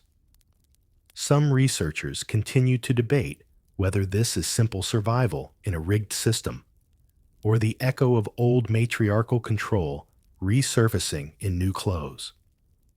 On the estate's edge, a single mother named Bianca juggles a cleaning job and hush-hush drop-offs of fake IDs. She's nobody's boss, yet her flat is the place young runners duck into when trouble heats up. They say her kitchen table has seen more planning than the back room of any gin palace. She learned the old code from stories her gran told her, legends of women who fed neighborhoods with coins hidden under pie crusts and secrets guarded by a nod and a threat. Yet the modern echo carries fresh dangers. Smartphones slip truths into the wrong hands. CCTV cameras don't take bribes the way constables once did. But the game shifts, adapts, just like the old queen pins did when the bobbies grew smarter. Some girls run their scams online, laundering stolen goods through resale apps, moving cash through crypto wallets instead of hidden ledgers. Surviving court reports offer conflicting clues. Are these young women victims, trapped by circumstance, or cunning heirs of a hidden tradition? You stand under that mural, the drizzle dripping down painted eyes that seem to watch the street. A bus pulls away, and Shanice flicks you, a look half daring, half protective of her turf. Her world is small, the money thin, but the code feels familiar.